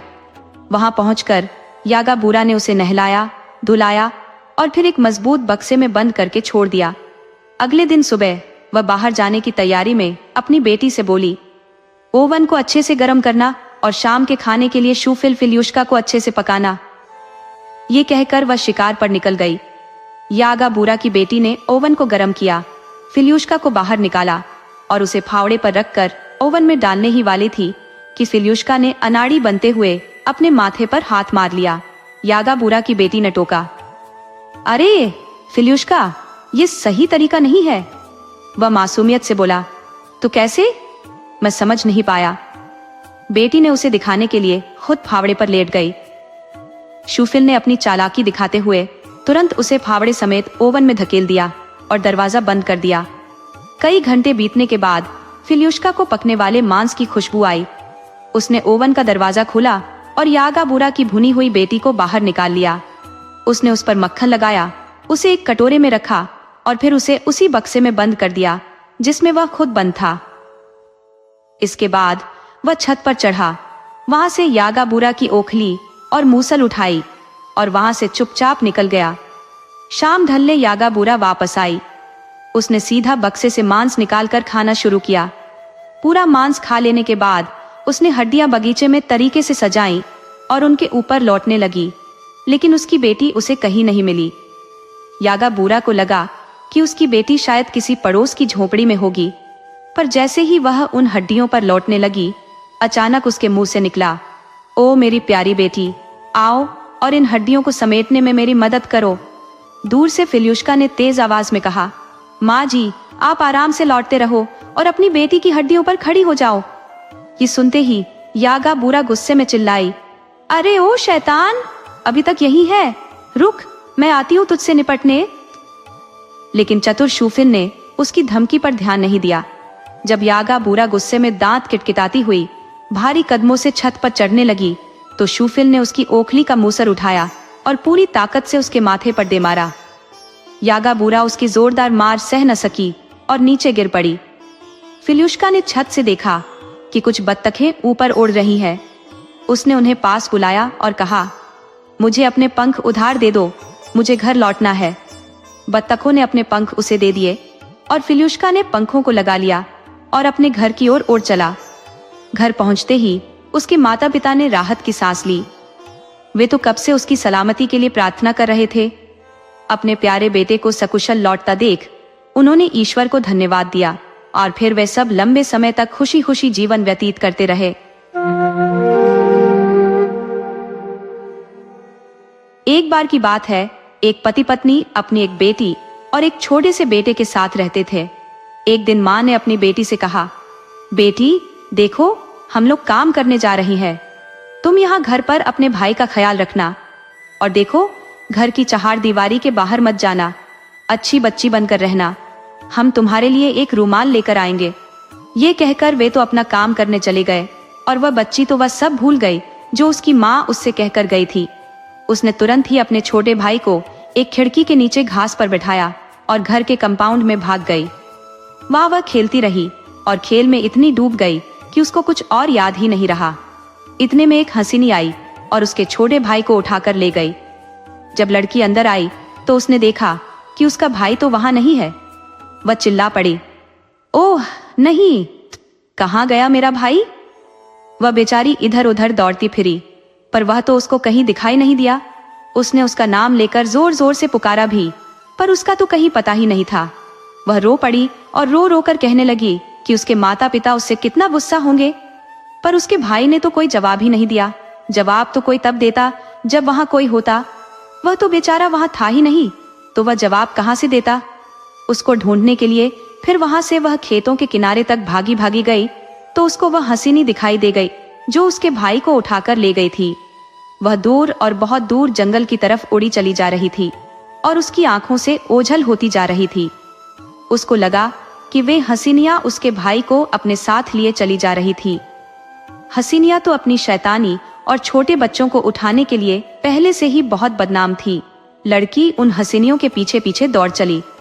दौड़ते दौड़ते वह एक ओवन 26 के पास आ गई। उसने ओवन से पूछा, ओ छोटे ओवन, ओ छोटे ओवन, मुझे बता, ये हसीनियां उड़कर कहाँ जा रही है? ओवन बोला, पहले तुम मेरे राई के कुछ बन खाओ, तब मैं तुम्हें बताता हूँ कि वे कहाँ जा रही है। मैं तुम्हारे राई बन नहीं खा रही, मैं तो अपने घर में रखे गेहूं के बन भी नहीं खाती। सो ओवन ने उसको नहीं बताया कि वे हसीनियां कहाँ जा रही थी और वह लड़की दौड़ती हुई और आगे चली गई। दौड़ते दौड़ते वह एक सेब के पेड़ के पास आई। उसने सेब के पेड़ से पूछा, ओ सेब के पेड़, ओ सेब के पेड़, मुझे बता, ये हसीनियां उड़कर कहाँ जा रही हैं? सेब का पेड़ बोला, तुम पहले मेरे जंगली सेब खाओ, फिर मैं तुम्हें बताता हूँ कि ये हसीनियां उड़कर कहाँ गई है। मैं तुम्हारे जंगली सेब नहीं खाती, मैं तो अपने घर में अपने घर के बागीचे के सेब भी नहीं खाती। और सेब के पेड़ ने उसको यह नहीं बताया कि वे हसीनियां उड़कर कहाँ जा रही थी। वह फिर दौड़ती हुई आगे बढ़ी। दौड़ते दौड़ते वह एक दूध की नदी के पास आई जिसके किनारे पुड़िन के थे। उसने नदी से पूछा, ओ दूध की नदी, ओ पुड़िन के किनारों वाली नदी, मुझे बता, ये हसीनियां उड़कर कहाँ जा रही है? दूध की नदी बोली, पहले तुम दूध के साथ मेरी थोड़ी सी पुडिंग खाओ, तब मैं तुम्हें बताती हूँ कि ये हसीनियां उड़कर कहाँ जा रही है। लड़की बोली, मैं नहीं खाती दूध के साथ तुम्हारी पुडिंग, मैं तो अपने घर की बनी हुई पुडिंग भी नहीं खाती। और दूध की नदी ने भी उसको नहीं बताया कि वे हसीनियां उड़कर कहाँ जा रही थी। इस तरह से वह काफी देर तक मैदानों में और जंगलों में भागती रही। इस तरह भागते भागते उसको शाम हो गई। वह यही नहीं जान पाई कि वे हसीनियां उड़कर कहाँ गई। इस तरह भागते भागते उसको शाम हो गई। अब वह कुछ नहीं कर सकती थी, सो शाम होने पर उसको घर लौटना पड़ा। जैसे ही वह घर वापस आने के लिए पलटी तो उसने देखा कि उसके पीछे एक केबिन है जिसमें केवल एक छोटी सी खिड़की है। उस केबिन में तो एक जादूगरनी बैठी हुई थी, बाबा यागा। वह वहां बैठी बैठी रुई काट रही थी।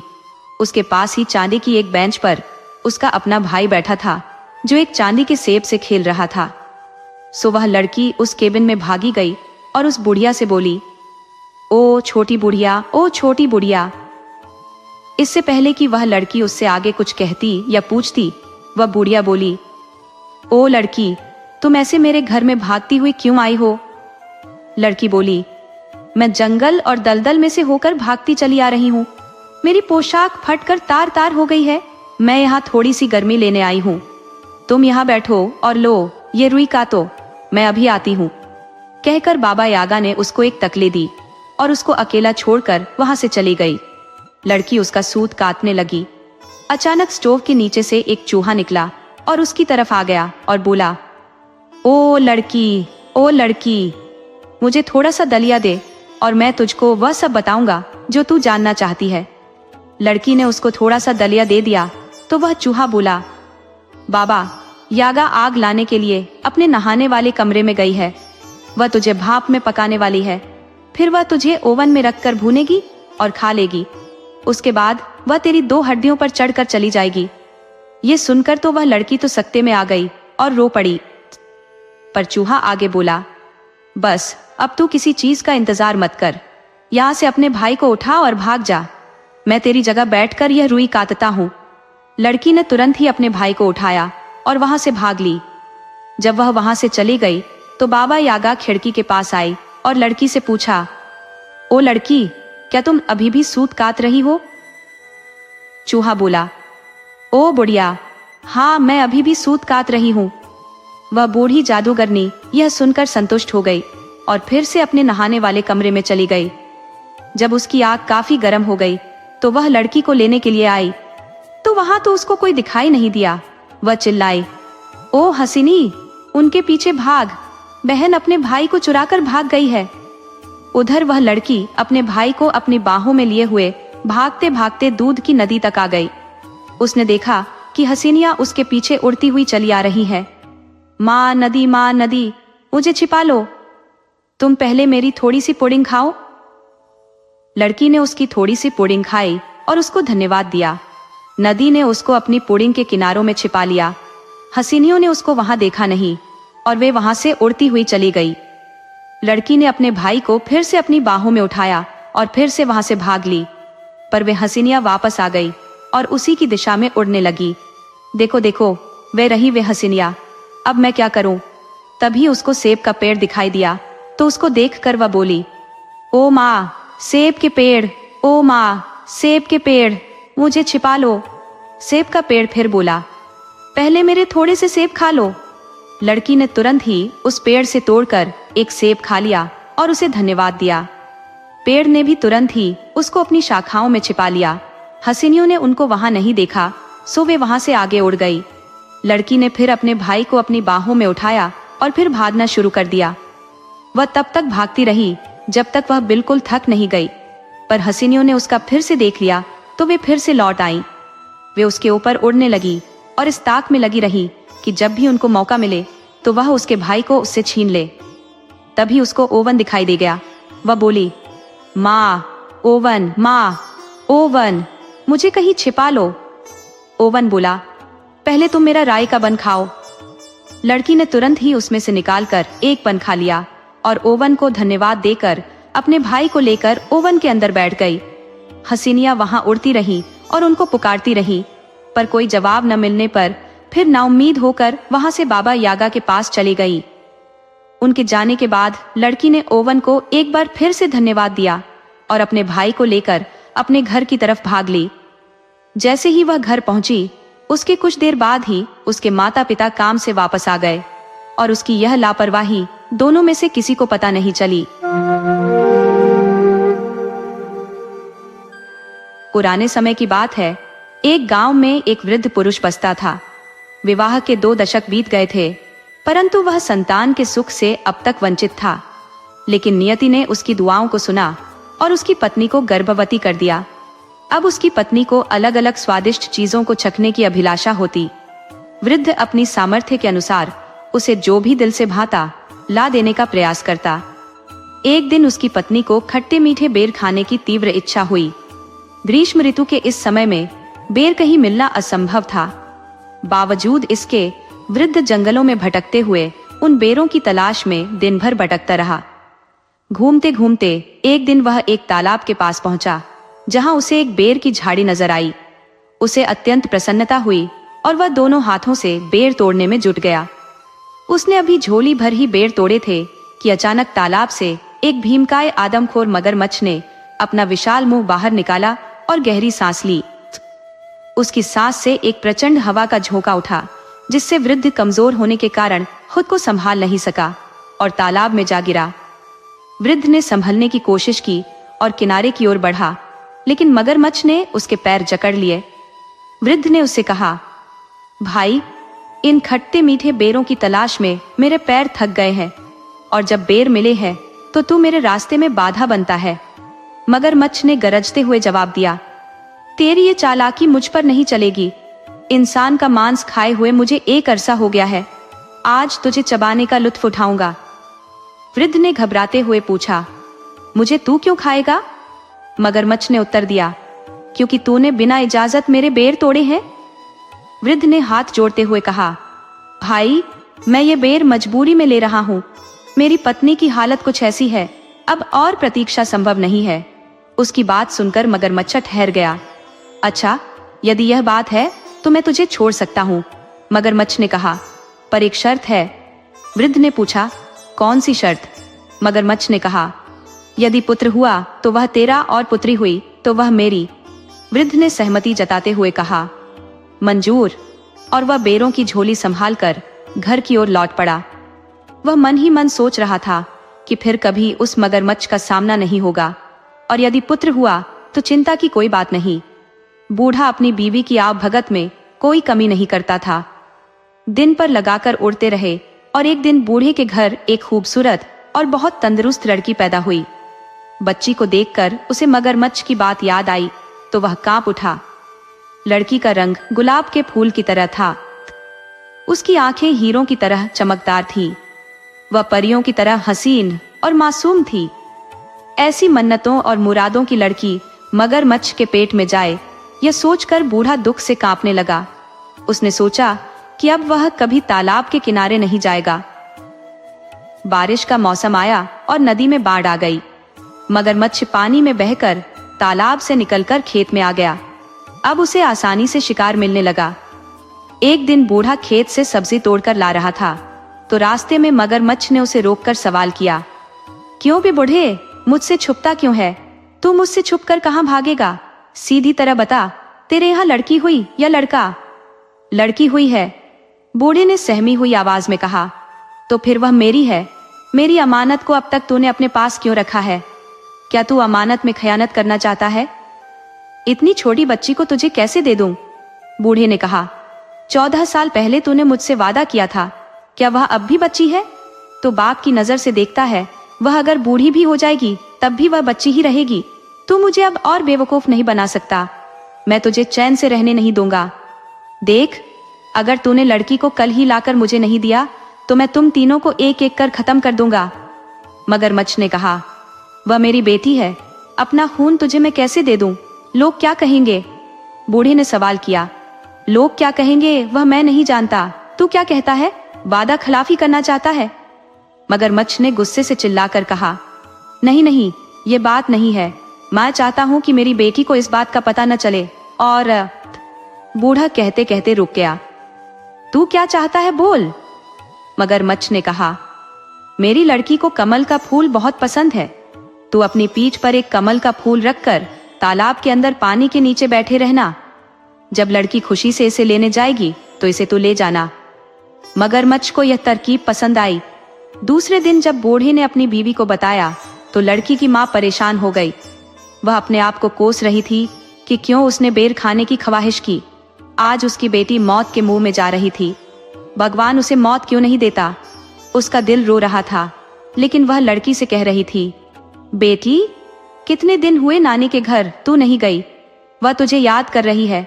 तू आज अपने बाप के साथ नानी के घर जाएगी। 2 दिन रहकर वापस आ जाना। बूढ़े की बेटी मगरमच्छ को सामने देखकर घबरा गई और चीखने लगी, लेकिन उसकी चीख जंगल में गूंज कर रह गई। पर उसका बाप वापस नहीं आया। मगरमच्छ उसको अपने बड़े बड़े पंजों में पकड़कर तालाब के दूसरे किनारे एक गुफा के अंदर ले गया और वहां लड़की को छोड़कर वापस आ गया। ननिहाल जाने की बात सुनकर बेटी को खुशी हुई, उसके लिए मामू का घर जन्नत से कुछ कम नहीं था। वहाँ की हर चीज उसे पसंद थी। वहाँ का चांद खूबसूरत था, वहाँ के फूल खूबसूरत और फल रसीले थे।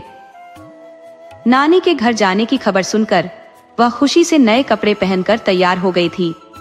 बूढ़ा उसे लेकर जंगल और नाले पार करता हुआ उस तालाब के किनारे पहुंचा और बेटी को तालाब के किनारे बैठाकर बोला, बेटी तू यहाँ बैठी रह, मैं अभी आया। बूढ़ा चला गया लेकिन वापस नहीं आया। उधर बेटी को एक बेहद खूबसूरत कमल का फूल नजर आया। वह सोचने लगी कि इतना खूबसूरत कमल तालाब के बिल्कुल किनारे खिला है, लेकिन उसे अभी तक किसी ने हाथ नहीं लगाया। हो सकता है किसी की नजर उस पर न पड़ी हो। बूढ़े की बेटी धीरे से पानी के अंदर गई। कमल के फूल की तरफ हाथ बढ़ाते ही कमल थोड़ा आगे खिसक गया। लड़की डर कर अपने बाप को पुकारने लगी, घुटने पानी हुआ है बाबा। कमल खिसकता जाता है। वह फिर आगे बढ़ने लगी। कमल फिर से खिसक गया। लड़की चीख कर अपने बाप को पुकारने लगी, छाती पानी हुआ है बाबा। कमल खिसकता जाता है। बाप वहां होता तो जवाब देता। उसे डर लग रहा था। वह सोच रही थी कि वापस चली जाए। उसी वक्त बड़ी बड़ी लाल आंखों वाला मगरमच्छ मुंह खोले पानी की सतह पर दिखाई दिया। बूढ़े की बेटी मगरमच्छ को सामने देखकर घबरा गई और चीखने लगी, लेकिन उसकी चीख जंगल में गूंज कर रह गई। पर उसका बाप वापस नहीं आया। मगरमच्छ उसको अपने बड़े बड़े पंजों में पकड़कर तालाब के दूसरे किनारे एक गुफा के अंदर ले गया और वहां लड़की को छोड़कर वापस आ गया। लड़की की मासूमियत और खूबसूरती को देखकर उसे खाने का इरादा इस वक्त उसने छोड़ दिया। राहगीर जो तालाब में नहाने या पानी पीने आते थे, उन्हें वह पेट भरकर खाता और उस आदमी के पास खाने का जो सामान होता उसे लाकर इस लड़की को देता।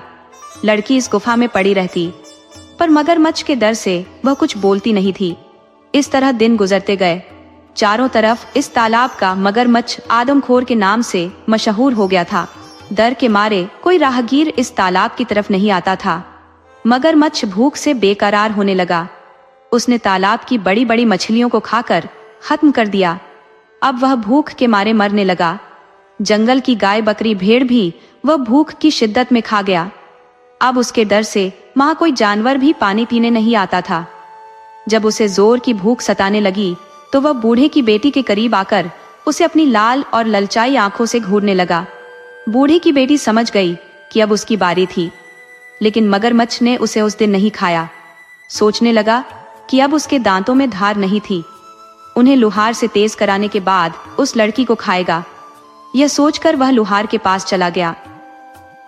इधर बूढ़े की बेटी अपनी जान बचाने की तरकीब सोचने लगी। गुफा में जितने सोने चांदी के जेवरात मगरमच्छ ने लाकर रखे थे, उसने सबको इकट्ठा किया और एक टोकरी में रखकर सूखे पत्ते और छोटी छोटी लकड़ियों से उसे ढक लिया और अपने जिस्म पर कीचड़ लेप कर अपनी सूरत एक अंधी बुढ़िया जैसी बना ली और टोकरी कमर पर लाद कर लाठी टेकते टेकते जाने लगी। जैसे ही गुफा से बाहर निकली, उसी वक्त मगरमच्छ आ गया और दहाड़ कर पूछने लगा, तू कौन है? बूढ़े की बेटी डर से कांपने लगी, लेकिन बाद में खुद को संभालते हुए कहने लगी, मैं अंधी बूढ़ी हूँ, हड्डियों की लड़ी हूँ। मेरे बदन में क्या है जो तू खाएगा? तू अपनी गुफा को जा, वहां तेरे लिए एक तंदुरुस्त लड़की मौजूद है, उसकी हड्डियां चबाने में तुझे मजा आएगा। मगरमच्छ उसे पहचान न सका। उसके मुंह में इंसानी गोश्त के मजे को सोचकर पानी आ गया और वह तेजी से गुफा के अंदर चला गया। बूढ़े की बेटी उससे छुटका मिलते ही घबराकर दौड़ने लगी और घने जंगल में गुम हो गई। वह सोच रही थी कि जिस माँ बाप ने उसे धोखा देकर मगरमच्छ के हवाले कर दिया, वह उनके पास नहीं जाएगी। वह यही कुछ सोचते हुए घने जंगल में चली जा रही थी कि उसे शेर की गरज सुनाई दी। उसका दिल जोर जोर से धड़कने लगा। वह खौफ के मारे इधर उधर छुपने की जगह ढूंढने लगी। इतनी देर में एक हाथी के बराबर ऊंचा और बड़ा शेर उसके सामने आ गया। डर के मारे वह सामने एक बड़े बरगद के दरख्त के तने से चिपट गई और रो रो कर मजबूरन दरख्त से दरख्वास्त करने लगी, ए दरख्त, तू फट जा, मैं तुझ में समा जाऊं और तू बंद हो जा। ये सुनते ही दरख्त सचमुच फट गया और वह उसके अंदर चली गई और दरख्त बंद हो गया। एक दिन एक राजकुमार शिकार करने के लिए उसी जंगल में आया। वह दातुन के लिए एक शाख काटने लगा, कि उसके कानों में ये आवाज आई, राजकुमार धीरे काट, कहीं मेरी आंख फूट न जाए, मेरी नाक काट न जाए, मेरा हाथ टूट न जाए। यह सुरीली आवाज सुनकर राजकुमार को हैरत हुई और वह दातुन लिए बगैर राजमहल वापस चला आया। वह रात भर उसी जादुई दरख्त के बारे में सोचता रहा। राजमहल में राजकुमार की शादी की तैयारियां हो रही थी। ज्योतिषी और पुरोहित राजकुमार को समझा रहे थे, लेकिन राजकुमार की बस एक ही जिद थी कि वह उसी दरख्त से शादी करेगा। अगर उसकी शादी उस दरख्त से नहीं हुई तो वह अपनी जान दे देगा। राजकुमार राजा की इकलौती औलाद था। उसकी नजर में शादी की अहमियत बेटे की जिंदगी से कम ही थी। इसलिए राजकुमार की ख्वाहिश पूरी की गई। उसी दरख्त के साथ उसकी शादी की रस्म अदा की गई।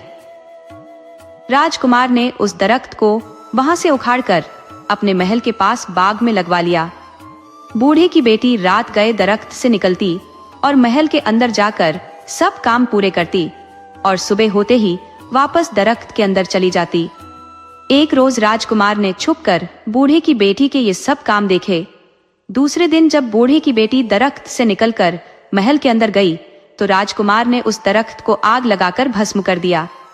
बूढ़े की बेटी दौड़ती हुई आई और बोली, आह, तुमने ये क्या किया? इस पर राजकुमार ने कहा, इतना बड़ा महल है, तुम इसमें रह सकती हो, इस खूबसूरत बाग में घूम सकती हो, बेवजह इस दरख्त के अंधेरे में क्यों सड़ती रहती हो? और फिर मैं तुमसे बेइंतहा मोहब्बत करता हूँ।